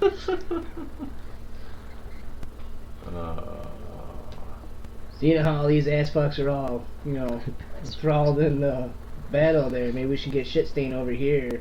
See if we can slink around these shitheads and fucking just get in where we gotta go. Team up, team up. As much as I'm enjoying this view of all these, Trust me, it's taking Idiots everything I have getting not to themselves go killed. start Still killing shit daytime, or are myself. we getting towards dawn break? Or, No, at this time, Yes. the sun has moved past the high point. You are well into the afternoon. It's late after 3 at this point. any signs of that battle wearing down yet? It's still too fresh. Literally, this battle started like 45 seconds ago. so they're all distracted along with the hobgoblin. Oh, absolutely they are. Like I But said. but you get the distinct impression, because of his height, the hobgoblin can see over the goblins and can see over some of the other fighters. So he has a pretty good perspective on the battlefield. How tall is this guy? He's average height. Average human height. So like 5 foot. I'm gonna sit. I'm Yeah, gonna just sit under and watch 6 the foot. battle Alright. some more. But a lot of the fighters that are coming in there are halflings, dwarves. Oh yeah. So I mean, that plays into the factor there. I still tower over him. That's all that matters. I'm gonna hang back and watch the battle commence some more. Alright. So Shorty's character was mentioning about team up. I mentioned how as entertaining as to watch all these guys just kill themselves, perhaps would be a good choice considering they're gonna eventually see us and come after us. That is correct. They will. So, especially with their big leader, which I bet he should be the first priority to take care of. Without the leader, I pretty much sure they're gonna run away. Because what? Goblins like 3 feet? If that. They are tiny in size, if you'll bear with me momentarily. I think 3's their max height. Hey, you speak goblin at him. And a Fucking kinda hobgoblin, I confuse him even think, more. comes out at about. Okay. So, you see the hobgoblin laying waste, and now you're agreeing to work with him, yes? To some degree? Pretty much, as I stated, it's quite entertaining to watch all these guys fling their swords around and act like imbeciles. Perhaps it'd be a wise choice to team up, considering that hobgoblin probably has already seen us, whether now or later on after they're all dead, and we're gonna be next, so. You will know that the hobgoblin is very much aware of your presence, but he's otherwise busy at the moment. Mowing down all of them. With much prejudice. If not anything else, I can go in there and start lobbing heads and you can start picking them off. Watch my 6. Sounds like a plan, but the more the merrier, because there's a lot more goblins than all of us, including those guys deep in the battle. Okay, now anyone who's paying attention to the battle and not engaged in direct conversation staring at each other. Me. So, well, they may not be staring at each other, given the nature of the circumstances. They I may figure actually be we're both- looking at the battle still. I just figure we're both talking to staring each other. forward and Yeah. just like. Yeah. So sucked anyone up. who's looking, you will notice now at this point that the goblins specifically, over 3/4 of them are dead or dying, and they're not fighting anymore. Like they're just laying there on their way Do we out. see any like massive piles of some bodies by any chance? Oh yeah, there is bodies everywhere. There's tons of goblins. Causing some decent micro terrain, if you will. Well, I mean, they're tiny animals. They're small animals. So I figure between the bodies Small of, humanoids. between the goblins and the other. yeah, no, you're getting a lot more defilade. I wouldn't consider it cover much, because that would require extra work on your part. You would have to be like carrying a body Gotcha. for it to be covered, and even then, it's questionable. You're not really getting much concealment either, Okay. unless you're low crawling. It would be the only way you'd get it, and even then, there's still variables that go into that. So, best you can tell, like, there's 70 dead goblins laying around the place. Only a handful of them are left now, under 20. And the hobgoblin, he's taken some pretty good hits, because he's caught now, at this point, the blunt, because those of the friendly group, we'll say, those that were alive, and they've slayed all the other goblins, now they've focused all their attention on the true threat being the hobgoblin. So he's taken some good hits, but no sign of stopping yet. Well, Let's fucking kill this guy. I agree. Oi! You, this guy standing there like a dipshit in the wind. My guy's gonna look at him. I mean, well, hang on. At this point, you have to know that you are literally screaming at the top of your lungs to make the sound carry the 30 paces That's away fine. from you. But I mean, there's people over here screaming in agony, dying, and everything, and it's fine. fucking noisy, right? That's what I'm getting at. It's awesome. You guys are killing me. He already killed us. Jeez. I had The 2. whole pack is gone? Jeez. Alright. So, you look at him. And then I just look back at the battlefield because I'm just watching the massacre that's occurring in front of me. Okay. Alright, fine, fuck this dipshit. Yeah. Chug the fucking potion displacement. Fucking nasty ass fucking taste of metal. Grab my fucking great axe. Fucking. At that point in time, unlock the rage! And go on there and start fucking cracking these goddamn heads. Okay. That's initiative. Everyone roll your initiatives. What? 20? Well, you're rolling your d20 plus whatever your initiative is. 24? So 3 plus the total, which is 6 and 9. Also, I found this. What do you got, Jake? 14. What did you roll, Nick? A 3 plus the 6. So 9. 9.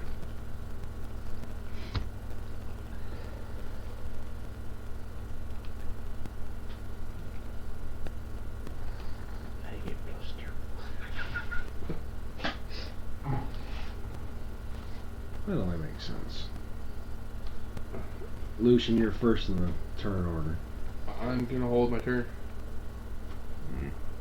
So, conditional skill modifier. I think I'm supposed to add 2 to those certain skills. Yes.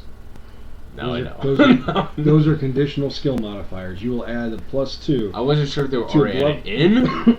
No. No. To Damn bluff it. checks, knowledge checks, perception checks, sense motive, and survival checks against animals. Those are 2 that you have to add those 2 to the existing modifiers. Alright. Okay, so it was Rob's turn, and he is no longer turning for whatever reason. So now Gurat. Well, I charge in there and fucking start lobbing off heads of motherfuckers. Okay, so Whatever goblins that are kind of left on the way to the hobgoblin. okay, so roll me an attack. —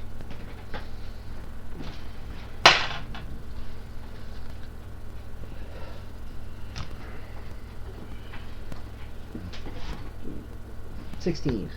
16 hits. Roll your damage.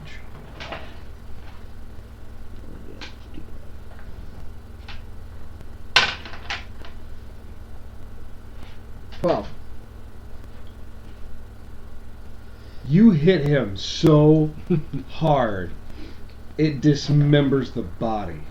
Damn. And his torso is stuck to the axe.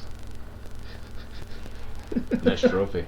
You hit him so hard that when the pieces of him came off, specifically his limbs, they actually impacted other goblins. That's awesome. I'm not gonna lie. Like you assaulted his colleagues with pieces of him. That's a whole new level of fuck you. That's awesome. Oh wait, you know what? Hang on. I can read the extra shit for fucking rage. That's just normal attack shit. Well, you're not raging though. Oh, I can't just like activate it. You can, but you have to do that before your attack. So in That's what I other words, said. Like when I was running Yeah, he into the said he battle, did- I was like, he I like did- to rage and run in there and start lopping heads off. He did say And that's he when we raged out. activated. fair enough. So then you need to make sure you're on your rage profile. Did you actually send me a rage profile? It's gonna be the. It's gonna be your skill modifiers. Your strength modifier. Add that to the attack roll. With him doing that, did that just cause all the aggro to be on him? Like everybody pretty much focused on him? Not really. The hobgoblin being the one I'm actually worried about. At the moment, no. I didn't even draw the hobgoblin's attention. No, he's busy fighting other fighters that are actually attacking him directly. Oh, I wasn't sure. I'm trying to get a lay of it. Cause I have a think question. How many are left, fighter-wise? Well, there's one less goblin now. No, I meant So there's nine. not goblins. I meant There's 19, other 19 goblins and 7 fighters. other fighters besides the 3 of Because you. on strength it says I get a +4. Alright. Wait, On 19, strength. and then 7, and then the one hobgoblin, right? can I roll? So realistically, there's 20 enemies versus 9 of you. Alright. I'm just gonna Can I roll a perception to see how many of them are fully engaged and not paying attention to maybe their flanks? There is no Like, one fumble? besides you 3 that are not. Well, you 2 that are not engaged in full-on combat. Oh, I will be safe. Everyone is actively participating and hitting something with something else. Well, if that's the case, I wanna using stealth. I wanna try to You don't even need to use stealth. because I'm gonna try to get on the flank though of the hobgoblin. Well, it's not hard to do. Again, Okay. you don't even need to use stealth. Oh, I thought I did because that's what I want to do. I want to try to move out to the flank. Not at this time. That's a free action, boy. But here's the thing. How do you choose to do that? How close are you getting to the fighting brood?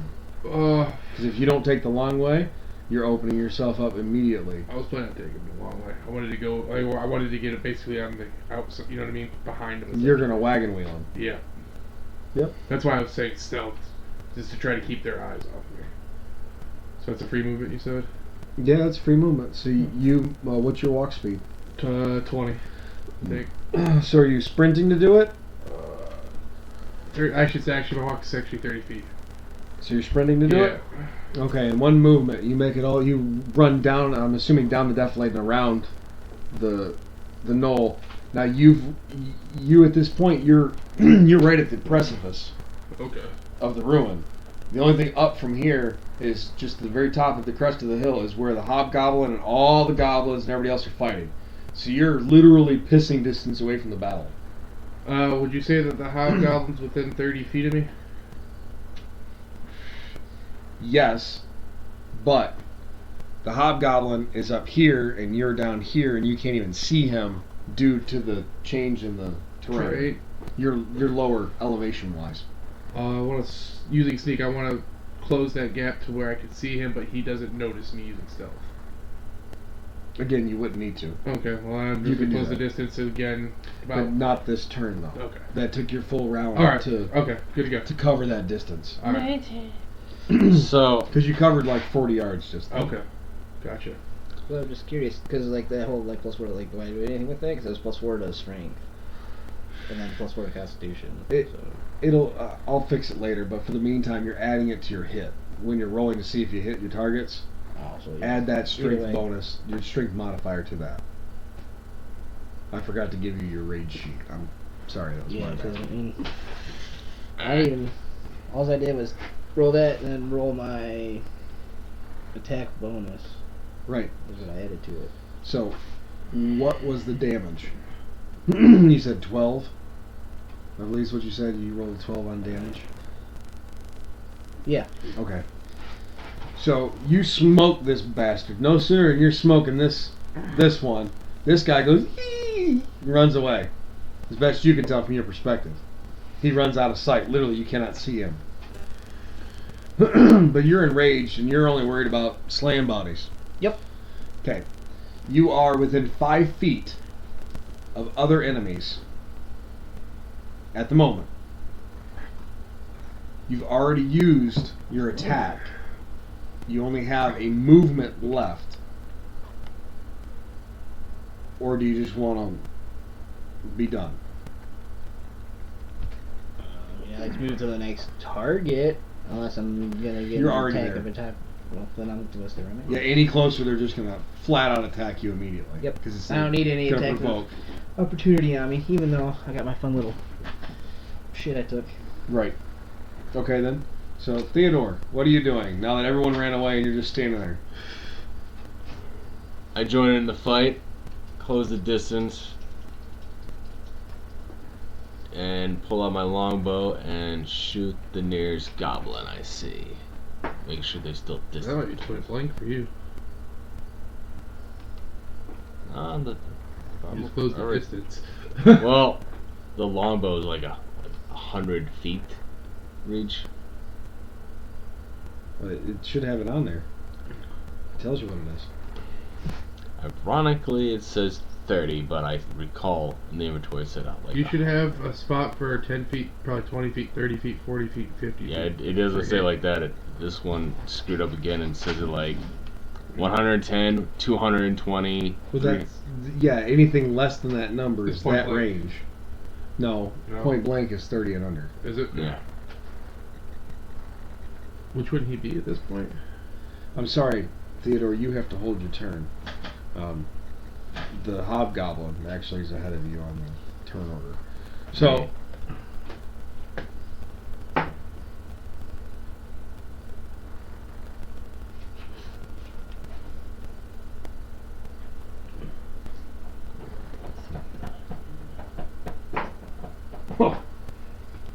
So anyone who was watching the hobgoblin just watched him decapitate a dwarf in one fell swoop.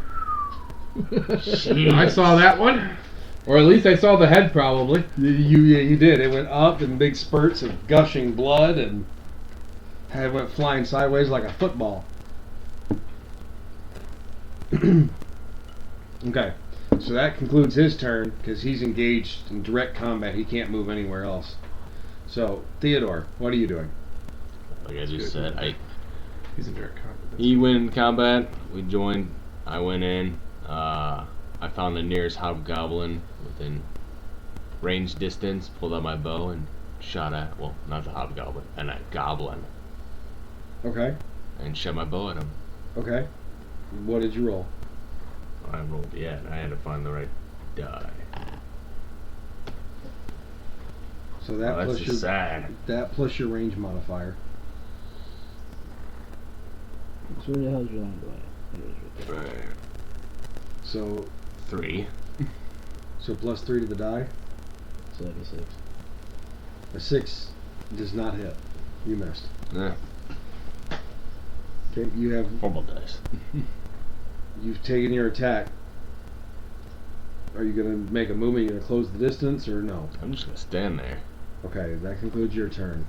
Lucian. Alright, so is that hobgoblin still preoccupied with... Absolutely. Very Oh, much awesome. so. I'm doing a sneak attack. On him. Yep. Okay. Well, you have to close the distance. Within the distance, it says. Well, you're like You said within 50, I'm within 30 feet. You said, yeah, and I said I moved in a little bit further than 15. That still puts me within the distance. Okay. 30 feet is all I have to be to do a sneak attack. Oh, okay. It's closer than I thought. So at this point in time, you're throwing your daggers? Huh? You're throwing your daggers? No, I'm Oh. going into you attack. I mean just have to be within hit? 30 feet, it says. What are we talking about? It's gonna hit. Well, one's gonna hit. Big. Yeah, that's if it's within the 30 feet range. Alright. That's if it's in the 30 feet range. Otherwise, it goes by this range with that modifier and that damage. Alright, so 5 and a 10. I think the 10 hits. On the hobgoblin? Yeah, on the sneak attack. What was it? Well, one hand is a 5 and the other is a 10 to see if I hit. You gotta roll 'em you gotta roll it separately. So when you roll the first one, what do the dice say for the first roll? First roll was 5. Okay, and what is the modifier and trait ability or whatever? Whatever those Plus are. 1 to hit. So you rolled 6? Yeah. Essentially? Okay. That missed. Okay. What was the next one? 10. Well, plus 1, so 11. That missed too. Okay, now, does my mithril daggers, does any of that take into consideration with that? Because I don't know about that. Well, you have to add the .1s into your attempt at hitting the target. Okay. So this would have brought the one up to what? 7, and the Yeah. other one to 12? Well, one to a 6, one to a 11. Yeah. Still, Okay. you still Okay. missed. But make sure though that that's what you're doing though. Yeah, okay. But you're That's adding what I was. I those was only back. adding the 1. I was just making sure. Okay. Okay, so you missed. Do you do anything else? I moved back after, I regressed a little bit back to about 30 feet from him after the attack. Like, I'm just gonna distance myself from him. Okay. Gurak, you're up next. If he just backed away, why didn't he get hit by attack of opportunity?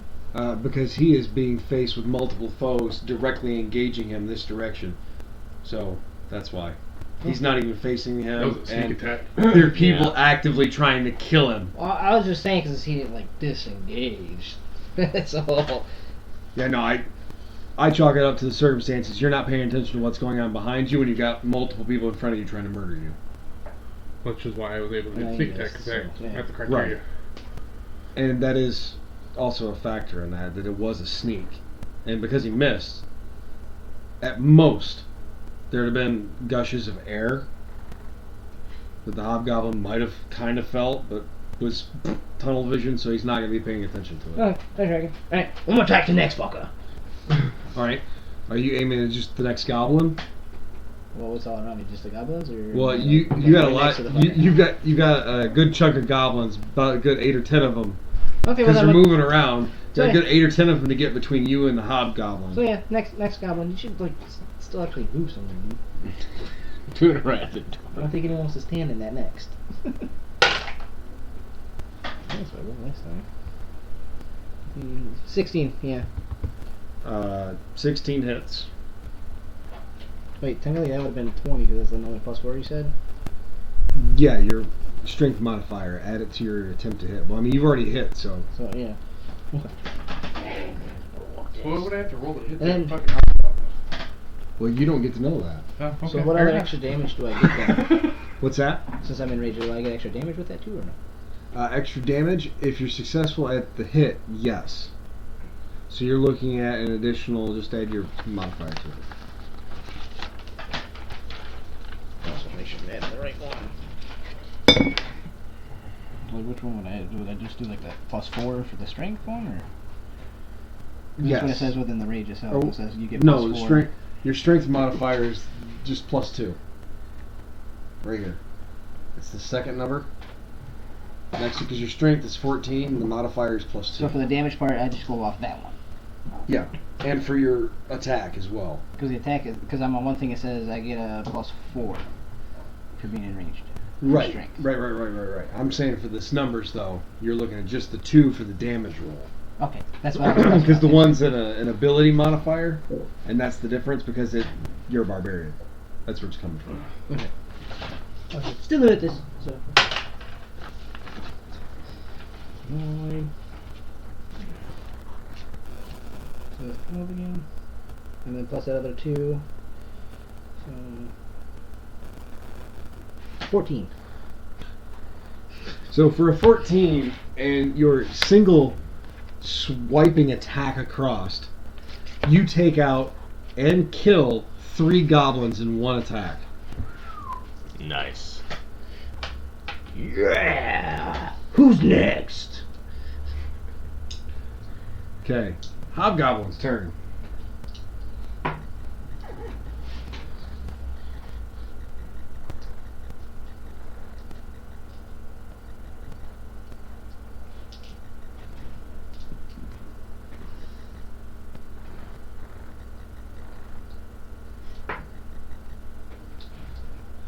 Okay, so you all see, for any of you who are watching the hobgoblin, he comes back and around with his sword and buries it right here into an elf, the same elf you pushed, Nice. and just cleaves down into him, so much so that he has to literally push off of him to remove the sword from the elf. Is he still in combat with other people, or is that elf his last? No, I'll tell you when it's the last. Alright. Actively engaged. Still actively. That's the keyword I'm looking for. Still actively engaged. Okay. I will tell you when he's not. So, that concludes his round, because the next thing he does is turn to face his next opponent, who is in spitting distance, for God's sakes. Theodore, what are you doing? I find another goblin and shoot at him. Okay. Wow. So 19 plus 6. That's what, 25. 25 hits. Roll your damage. It is a 6. Plus your distance modifier. Is that on there? Because you're far out, so you're going with the first one, so it's just plain 1d8? Yeah. Okay, so it's whatever the die says. So for a 6, you murder him with an arrow. Nice. Like, just through and through, he just falls down. I get to kill someone. Do you do anything? Do you change your position, or you just stay where you're at? No, I'm happy I finally hit something, and I'm like, alright, where's the next one? I also decide to look around the battlefield and see how many are left. Do I roll for, you know what? I cannot talk. Perception. Perception. Well, I mean, you can just look and see that. You're not being actively engaged. You don't need to roll for that. So I see there's how many goblins left, and also how many of the mercenaries are left dealing with the hobgoblin. Well, there's one heinously injured elf. I know that. One human and one dwarf left. Oh, outside shit. of the three of you. There are 6 goblins and the hobgoblin, who still does not look phased at all in this combat. We need to switch to that guy. Well, I gotta get to him first. I've been trying. Okay. So, the goblins that were standing just off to your side, the ones you barely missed with that last swing, attack you.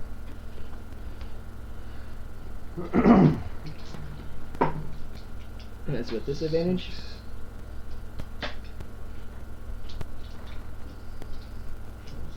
You should drink some liquid courage. Oh, what is your AC?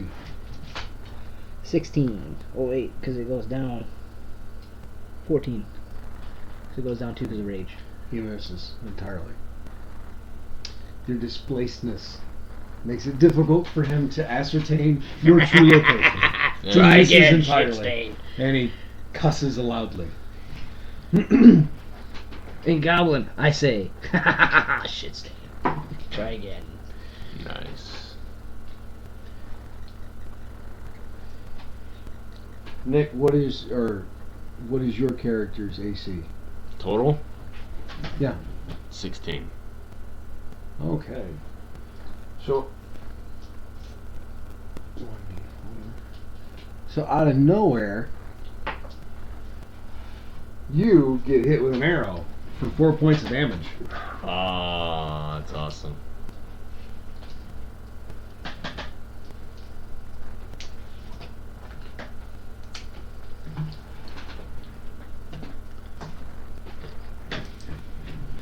Everyone else is otherwise indisposed at the moment with other fighters. So, let's see. Back at the top of the turn order, Lucian, what are you doing? Is the hobgoblin still engaged? Actually, right? So I'm gonna go for another sneak attack. Kill that sucker. Kill him. Ooh, on my non-dominant hand, I hit a nat 20. Okay. So 21 with the plus, and then on the other one, I'm 10 plus 1, so 1 misses. Yeah, someone misses.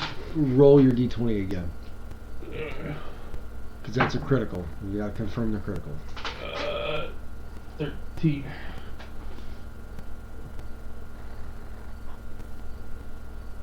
Okay. So the grand total is 20 what? 21. 21? Okay. You stuck him. Good. Alright. Now you need to roll your damage for the one that you hit him with. Yeah, it's a 1d4. And you need to figure out which one it is, because I think it's different for each. No, actually, they're pretty much the same. The only thing that changes is one can be thrown, the other one can't. Oh, okay. For 2. But it's a sneak attack, so I get to roll d6 and add 6 extra damage. So an 8? Yeah. Okay. Now we're talking, boys. So yeah, I stabbed the Late. motherfucker for 8. And then I have a question: this is where the special properties of the Mithril Blade, 30 HP inch, hardness 15. I'm assuming that it's got to come into effect here. I'm sorry? The special properties of the blade, does that come into effect? The 30 HP inch, hardness 15. No. No. Okay. No. He's wearing leather armor. Okay, so I just went right through him anyway. I thought that was like the health of the weapon or something. No, that's the ability of its molecular structure, how much it can actually penetrate. Oh. How deep it is, and then the other one's like an arcane failure. Because my bow has something like that. So I did 8 damage to him, huh? Yes, you did 8 damage. And it was a meaningful 8 damage. You got him right in a tender spot because he shouts loudly in pain. Being a sneak attack, it should be a critical spot too, so yeah. Yeah. Nice. You can see that you've dealt a serious blow here Mm-hmm. due to the circumstances. Okay, so, correct. I'll just try to find something real quick. Oh shit, I didn't think that. What the heck is this all about right here? Those are the different kinds of combat. Melee, ranged. Yeah, but it's Oh, plus do I 5 have to have more total damage and then, plus maybe? 1 plus. Those are your base attack bonuses and versus your totals. Hey Josh. What? This is the one where I crit on. What was I supposed to multiply that to? To 4? If you roll a 19 or a 20 Which is I did on that one. on the first one, right? That- and that's my offhand. That's actually the second one. right, and that's why I said you needed to roll your Okay. d20 again Okay. to confirm the critical. Okay. And then if you got a 19 or 20 again, which you didn't, Okay. you would get ×2. All right. Okay, that's what I'm saying. Because that's new to me. That Right. Right there. Okay. But now that's only within the 5-foot So, radius, so that's this you to me means- away. Yeah. Arm's distance. Okay. So this would mean any range I shot, I add a +1 for the range bonus tag? No. What the heck is all that? That's if you're using a non-weapon as a weapon. Like, that's if you were to pick up So this- a dagger and chuck a dagger at somebody, that's what that's for.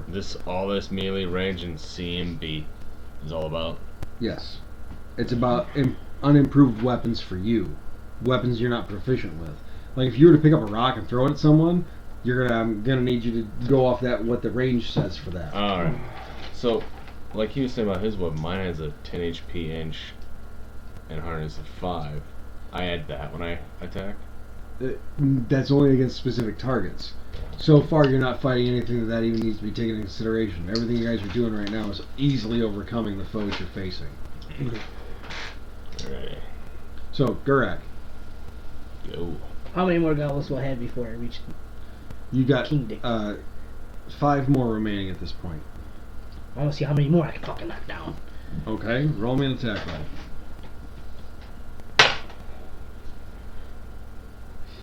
$21. Roll your damage.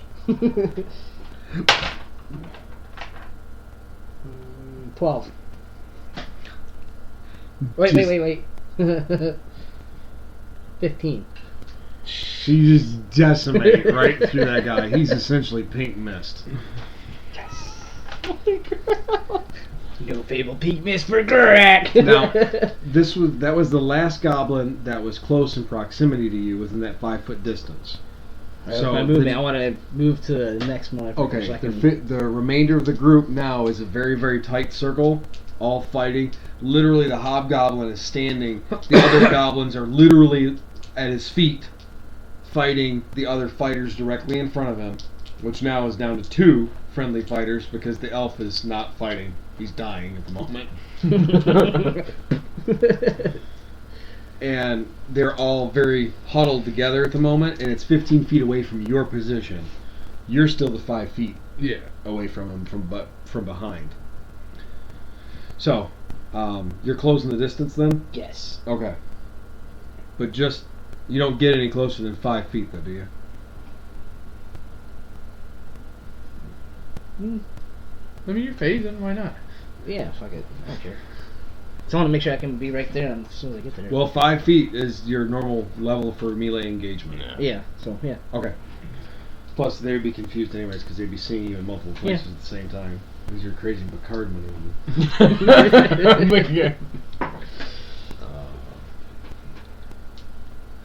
Alright, Hobgoblin's turn. Oh boy. Is he going to attack the fucker that just stabbed him? Or is he going to go for the other guy? Ooh, well, that's interesting. So, Well, I don't know. Now that you're run up on him like that, you might be his new. Yeah. 'Cause you're bigger, probably. It probably makes him angry. I don't know. We'll see what the DM does to us. I got to make sure I change my height because I didn't actually get to pick Alright. the height. So, the dwarf that's standing in front of him, he rears back and does a weird kind of uppercut. And you can tell the angle he was trying to go over, but as he was trying to heft it over, that sore spot where that guy stabbed him in the back shoulder, just he can't heft it up, so he does this pathetic, like, slashing up motion like he's trying to chop like he's playing golf.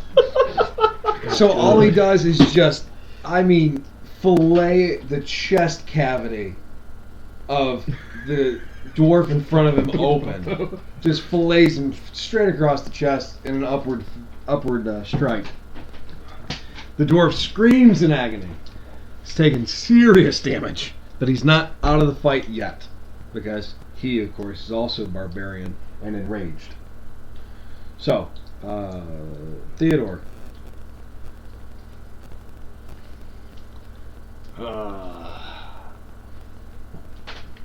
Seeing what's going on, I decided to go for the big guy from 110 feet distance.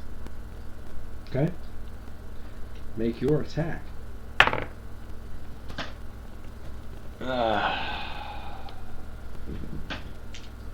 So 12. Won't even touch my bet. Missed. Yep. Would you like to close the distance? Heck no. Okay. Ha ha! Did I just die? I think I just died. I'm the one that got hit before, man. Apparently slinging arrows is like a big, like, hey look, there he is. Like, I'm a lighthouse in the middle of nowhere.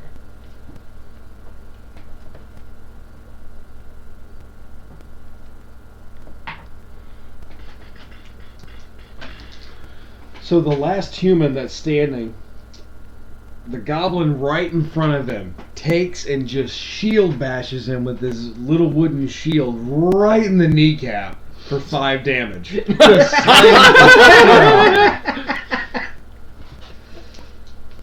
and as he collapses down, because obviously that fucking hurts, he gets attacked. And that was actually a nat 20 on that one. Oh god, in the knee. The other goblin attempts to attack the human. We'll call him Kneecapper. Kneecapper. Daniel's kneecappers. If he survives this battle, I doubt it. he shall forever be known as the Little Kneecapper.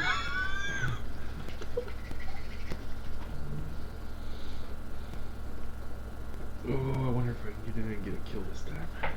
I'm just hoping to survive. Okay, so the other goblin that's standing right next to the kneecapper, as the guy goes down because he's on bended knee from the sudden impact, he gets stabbed right in the throat, but only takes 1 bleeding damage. He nicked a vein and it's just giggling out, just Cut himself shaving. Yeah.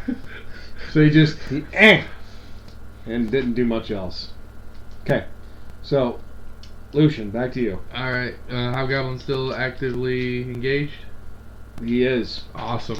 He just sliced open that dwarf. I'm gonna go for another sneak attack. 19 and 6. So 20 and Well, that 7. was a 9. Oh, is it a 9? Yeah. Oh, sorry. So 10 and 19. Okay, roll your 19 again. 7. Okay. So you have 1 hit. Roll your damage. Alrighty.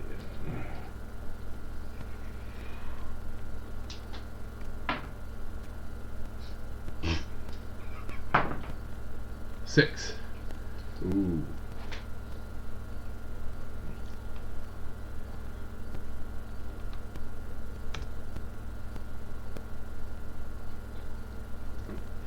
All right, the hobgoblin is in a bad way. Things are not going according to his plan. He did not foresee this happening at all today, let alone did he think this was the day he was going to die. He's not exactly happy with you. Do you do anything else? Do you close distance or move distance? Shit, because that counts each one as an attack, so no, that'd be it. Because each Okay. hand's a single attack. Correct. I want to finish the fucking big guy. After I've done all the hard work. All the hard work. Oh, I'm a fucking Okay. clean as. In order to get to him, you will have to go around. And you cannot go around unless you are going to sprint. Now, sprinting, you can cover double the distance, but...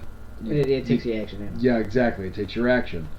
But that's the only way to get past the 2 stupid little goblins Do wipe them off. Fine, face I'm the a planet. fucking Wipe them off. Face the So planet. why don't you just go for the hat trick and finish killing off the goblins?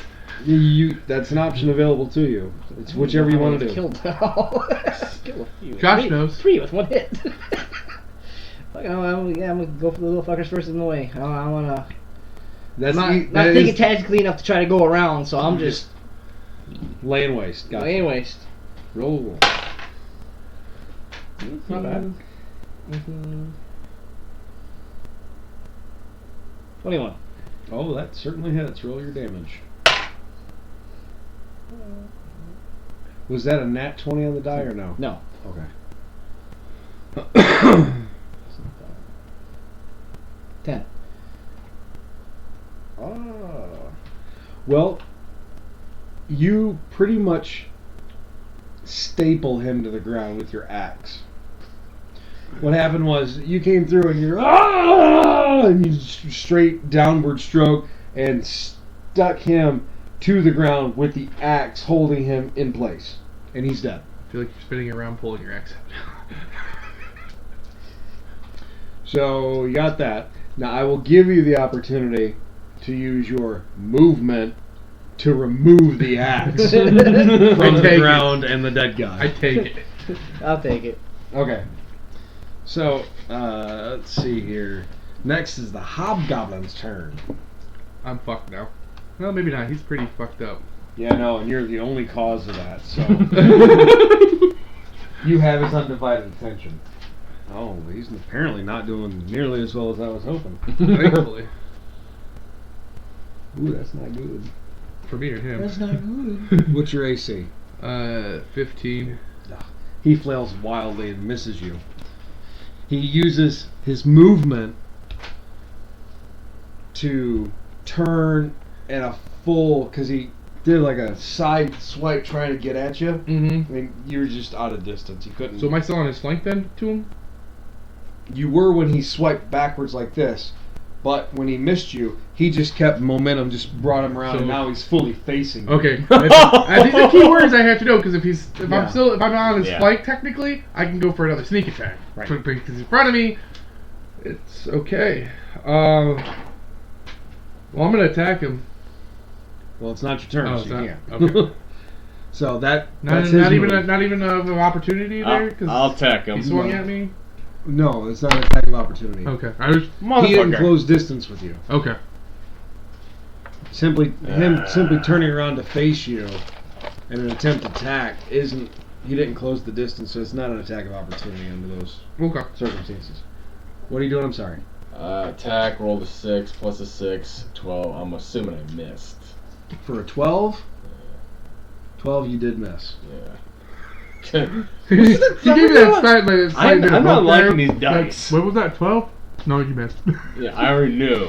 So you've got one goblin left. And Archer can't hit anything, apparently. I got one. And the Yeah, goblin, one, luckily. the goblin is uninjured at the moment. It's the shield basher, knee basher. The hobgoblin is in a bad way, and he is now facing Lucian. So his back is to both of you, and you just missed a shot at whichever target you were aiming at. The goblin. Yeah. The hobgoblin. You're fucking killing me. Jesus.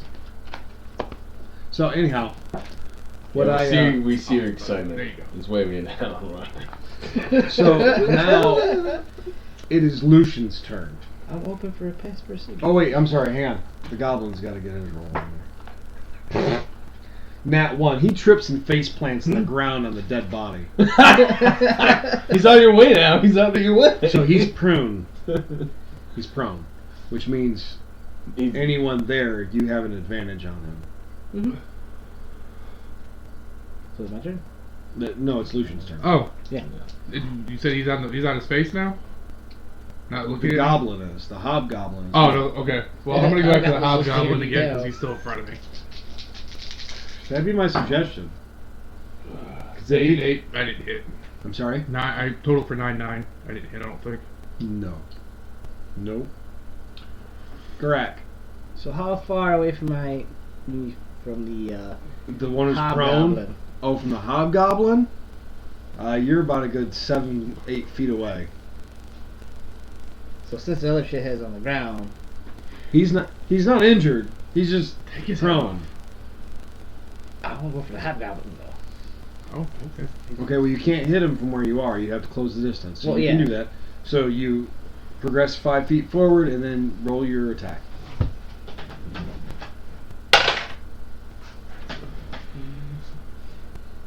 Hmm. 22. You hit. Roll your damage.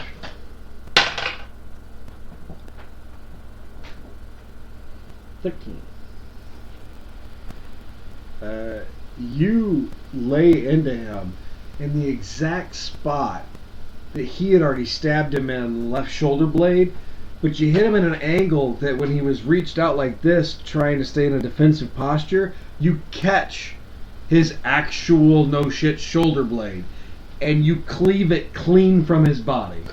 And he collapsed to the ground dead. Finally! Way to steal my kill. So he's out of the turn order. So now, Theodore, you have one prone goblin enemy. Yeah. Watch I miss.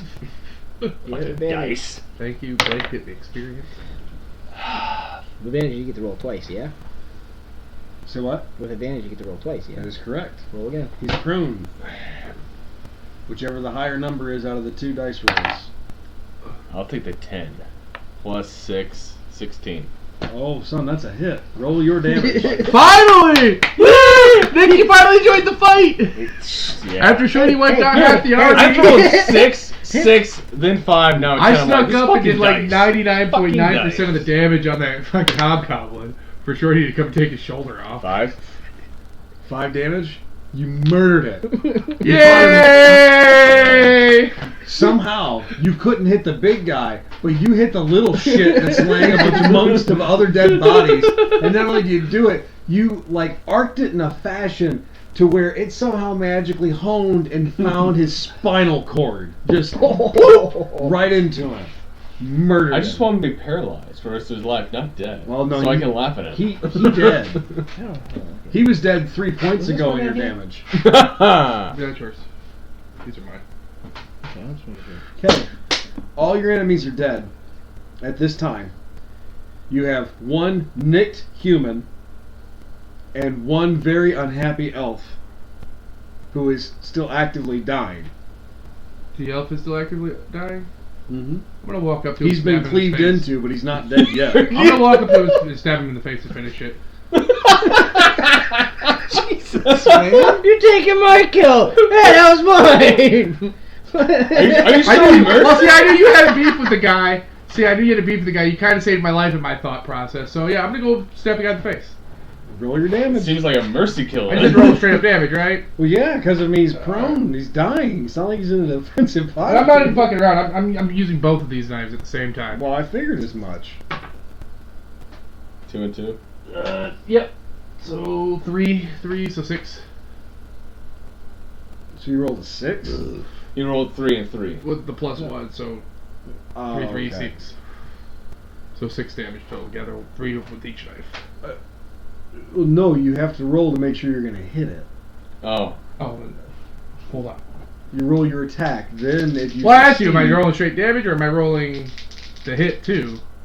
Well, no, you got to roll to see if you hit him first. And now he's prone, so you get advantage.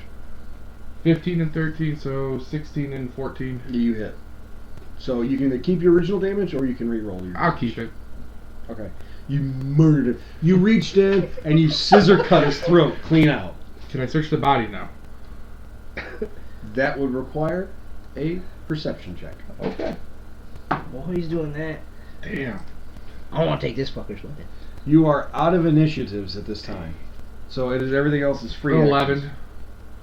What? 11. For the hobgoblin? Yeah, for the perception. No, on the elf that I just fucking cut his face off of. Oh. We'll come back to that. Because I went over to that dude and just... Okay. What are you doing? You're searching the hobgoblin? Yes. Okay. So roll We'll perception. we'll start with you. Roll your perception check.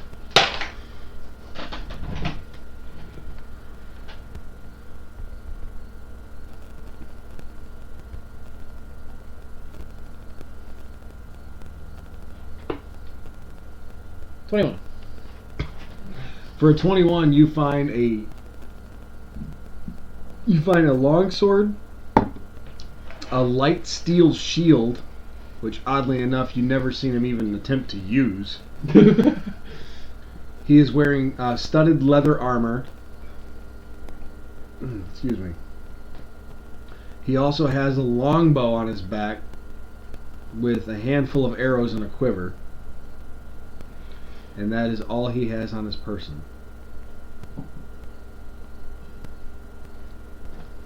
Okay, now for the elf has a composite short bow. So. Oh, there, buddy. I don't think I heard any hit. Oh, I can count them later. Alright.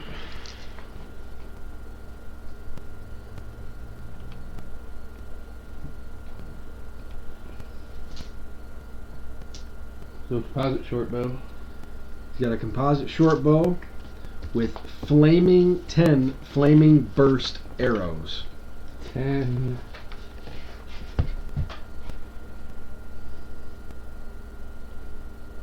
Flame burst. Okay. He has a Morning Star.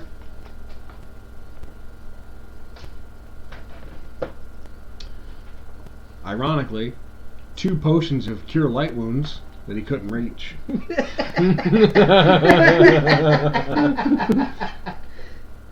It was missing a shoulder blade. Well, he was cleaved into like two this. potions of cure light wounds. That was a hobgoblin. 389 gold pieces. Nice. No, I don't feel so bad about poisoning that guy. Get all my money back and then some. And by poisoning, I mean getting in This overly guy. drunk. What is this guy? I don't know. Alright, so that is for that elf. You have searched the hobgoblin. What are you doing? I'm just gonna search amongst the battlefield and see what I find. Okay, well. Might as well just General go search, go huh? big. Alright, well, you don't even have to roll that. So, one of the things that you're going to find so there's going to be 30 light wooden shields. Hang on, I need a pad of paper in this. You really gonna carry all this back with you? Dude, bag of holding, man. I mean, you never know. 30. You're right, I do have a bag of holding now. I can't put all 30 this stuff in. light wooden shields. Okay, light wooden shields. And they are small in size. Small. Yep. All of these that I'm going to list off are small sized. Then there's 30 short bows.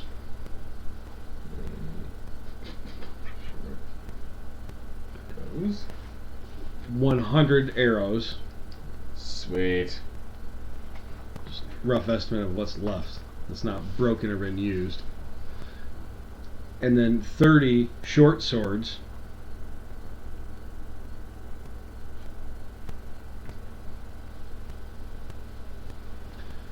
$30 small leather armor.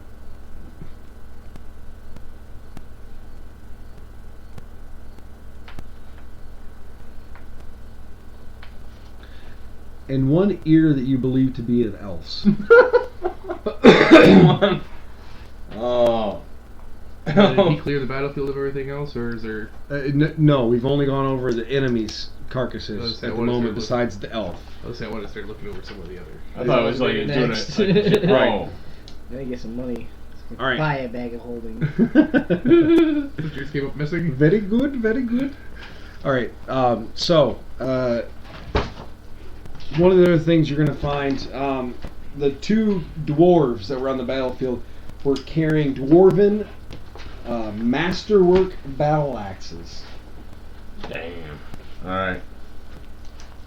So, Dwarven, general- what he said? Yes. Party part stuff? Dwarven Alright. masterwork battle axes. Is that still him or? Yeah, I was gonna say, is that still in him, or is this party stuff? This is going to be part of this is the battlefield. So this is up for grabs for whoever wants it. I'm just Wait, listing. how it many off. were there? Just one?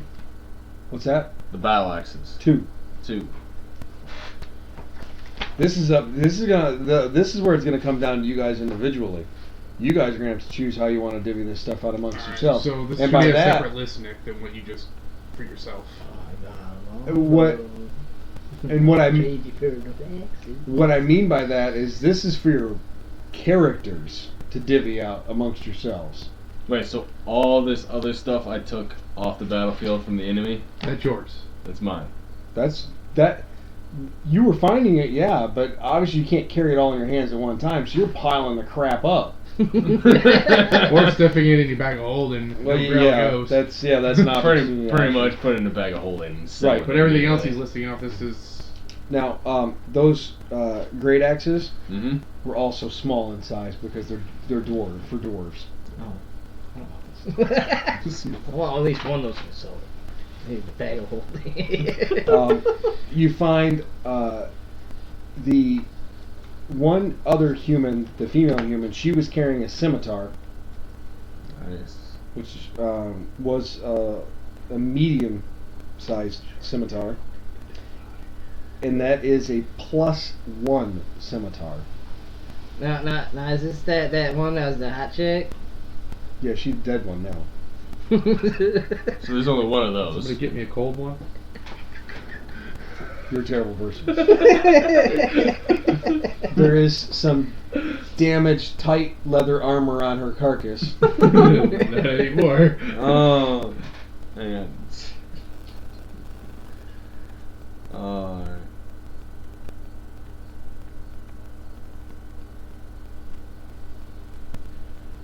She got big boobs or little boobs? She was not a very large endowed woman. But Well, they I were, pissed her off. they were still nice though. You missed out. She's a mid supermodel who apparently decided to Well, take I'm up gonna go fondle her this then. warfare. Didn't win. Did not win. Uh-huh. You find 2 large longswords. Ooh, yeah. Write that down. I haven't been interested in either so far.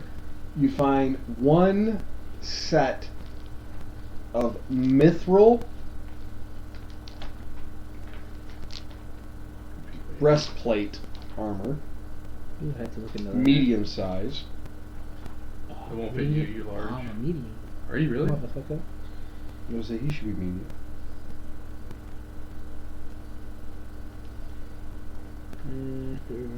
You said it was a breastplate? Yeah. Yes. I don't want that. Then.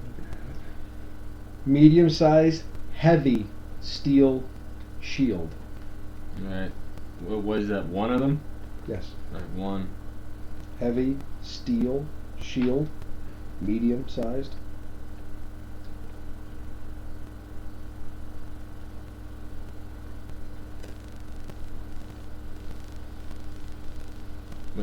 One heavy steel shield.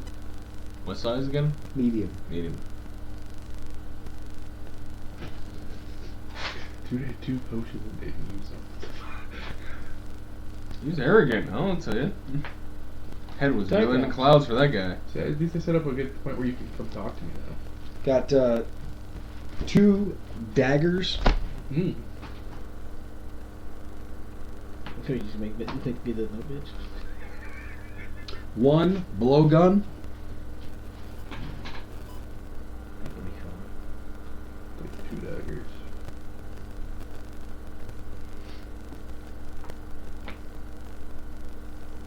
Two chain shirts, medium sized.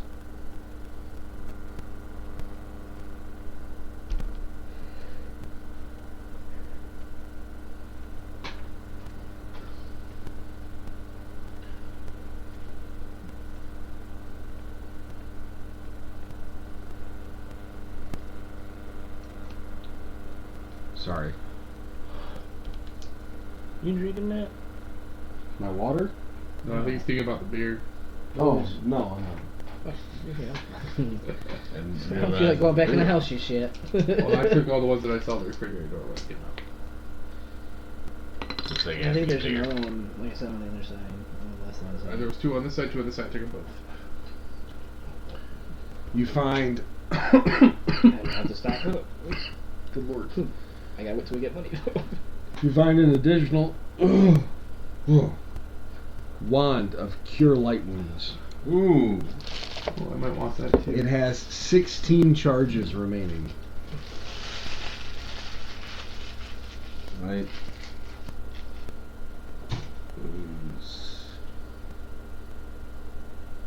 He had all this and he didn't even use the wand. Can I roll sleight of hand for the wand? This is someone Then else. there was also a goggles of true sight. I got dibs on those. Oh, hell no, you know. Oh, yes I do. Now, just so you know, I'm still again, enraged. player knowledge versus character knowledge. This is something in game you will all have to divvy out amongst yourselves in game, in character. Now, Deal with the only other person that did any combat in this whole fight. Oh, Hey, how many things did I you kill? participated. You know what? He killed 2 things at least. Not participating in combat, my ass. Not to be a dick. Say, I did more work than he did. Sneaking around. I mean, all I saw his rogue, character dude. was when he went and attacked What'd and I do? ran It's away. rogue, man. That's what I do. I got up there and did the sneak attack, which like pretty much took that guy down. you also find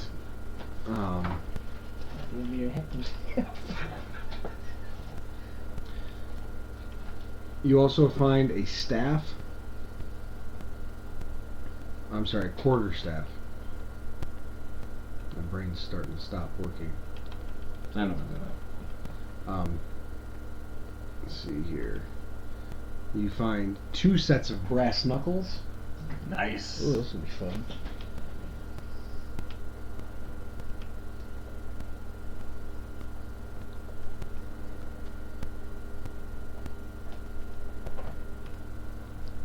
Yeah. You find 1 plus 1 darkwood large shield.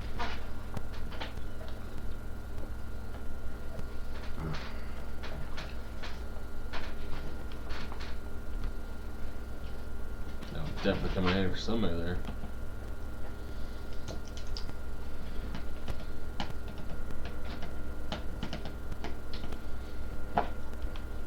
And you also find.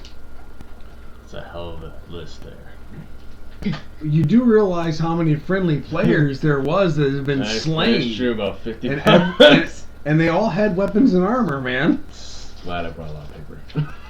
That's why I said one person write down the list of all this shit, because that's not the stuff that you personally get to take, Nick. Since you're taking all the dead enemy stuff. Hey, So- it's not my fault you didn't look around for the enemy stuff. I mean, No, that's fine. Well, at this point in time, we're all. Well, what I'm saying is all the stuff that he's listing off, Nick, doesn't go into your personal inventory. a few will. Yeah, I think after we that's what divvy you it said, out yeah. and see if you survive. And I'm just taking down notes of stuff that pique my interest. Okay. You also find, interestingly enough, 1 set of heavy dragon hide plate armor.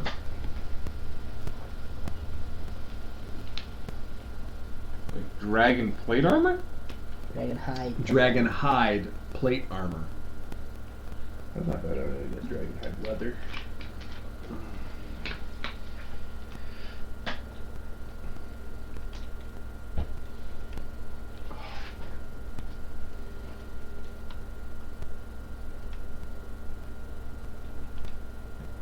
I'm sorry, I'm trying to look up the rest of this here.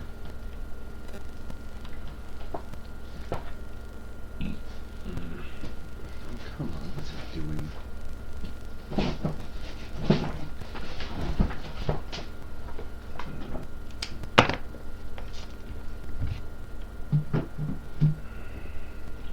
I say we just take the list and roll for pegs. Certain things that interest me. I mean, granted, yeah. take more just for fucking money. What? So there's only things that actually pique my interest just for my character itself. Well, that's what I'm saying. We can just But at the same time, Just saying, we'll just pick this Okay. policy. Who goes, takes out first, takes second, takes third. oh yeah. You find What? a small mace.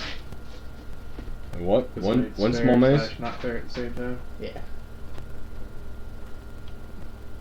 Leave it to the dice.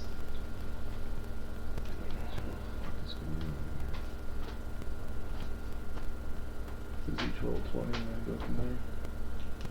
Highest gets first pick. Which one do they do? You find one star knife. See, it's not got the entire list written down, it looks like. He's one. One star knife. Mm-hmm. One rapier.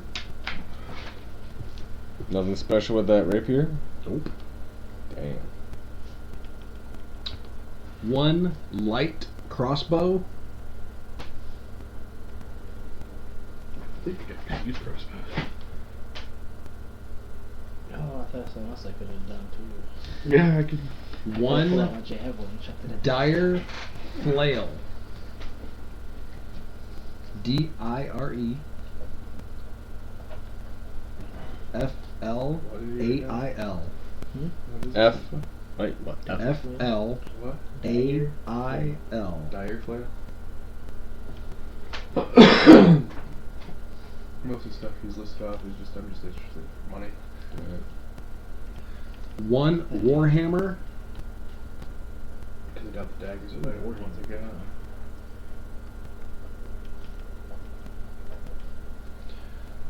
Two javelins.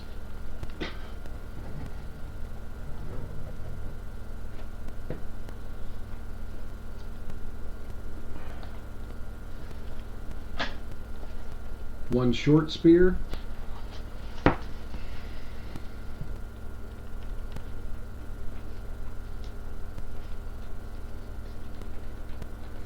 And conveniently, last but certainly not least, 3 slings.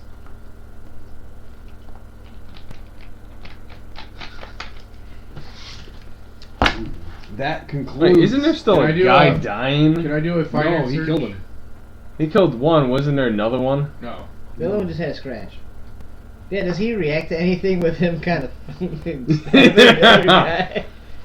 probably So, doesn't I mean, I give a know we're shit. all He's like, hurt, more so- bounty for all of us. Wait, we didn't even find any of the kid stuff on there. Damn it. Oh, hey, But now- can I do a finer research for gold on any dead bodies? Yes, because I had to get. I do wanna search had to get every through dead body weapons for and gold. armor first, because that's the obvious shit. Yeah, I want to go from body to body, taking all the gold off them. You know, I'm not gonna get all I'll share the gold. Just letting. Yeah, he shares 10% Some of guy the gold. enraged barbarian on the battlefield. And an archer to shoot you in the leg. I don't have to worry about you. You can't see shit. You never know. I might get lucky. And then you're talking my leg. That's a called shot. Good luck. 610 gold pieces in total. Nice. Is that what he finds for himself, or? Again, this is 610 gold pieces total amongst all the dead bodies. I'll hold on to the gold for now. It's within the. Well, we can choose to divvy up the gold once we choose how we divvy up the list of stuff that you got written down. And I think I've come up with a fair idea on how we should do that. You also find What was it? 7 maps of Oakhurst and the surrounding area. A tourist version of a map. That one should go to the archer. You also find multiple room keys to the inn. We're gonna ransack that shit. You will know that returning the room keys to the proprietor of the inn will be monetarily beneficial. So how many keys in total were there, though? 12. 12? Okay. Now, whether or not you should choose to explore the rooms first, that's between you and... Well, between you and the rooms, I guess. We can split the keys evenly, four to each. Good. I'm down with that. We all in agreement with the keys, or is there more to the list? So we can do that. No, that is the entirety of the list. That's what you found over all the dead bodies on the battlefield. I say we can do that. We'll split the keys 4 each. Agree, Shorty? Sure. Alright. We each get 4. I can split the gold 200 each. I take a 10 gold finder fee. Yeah, of course. How much? 200.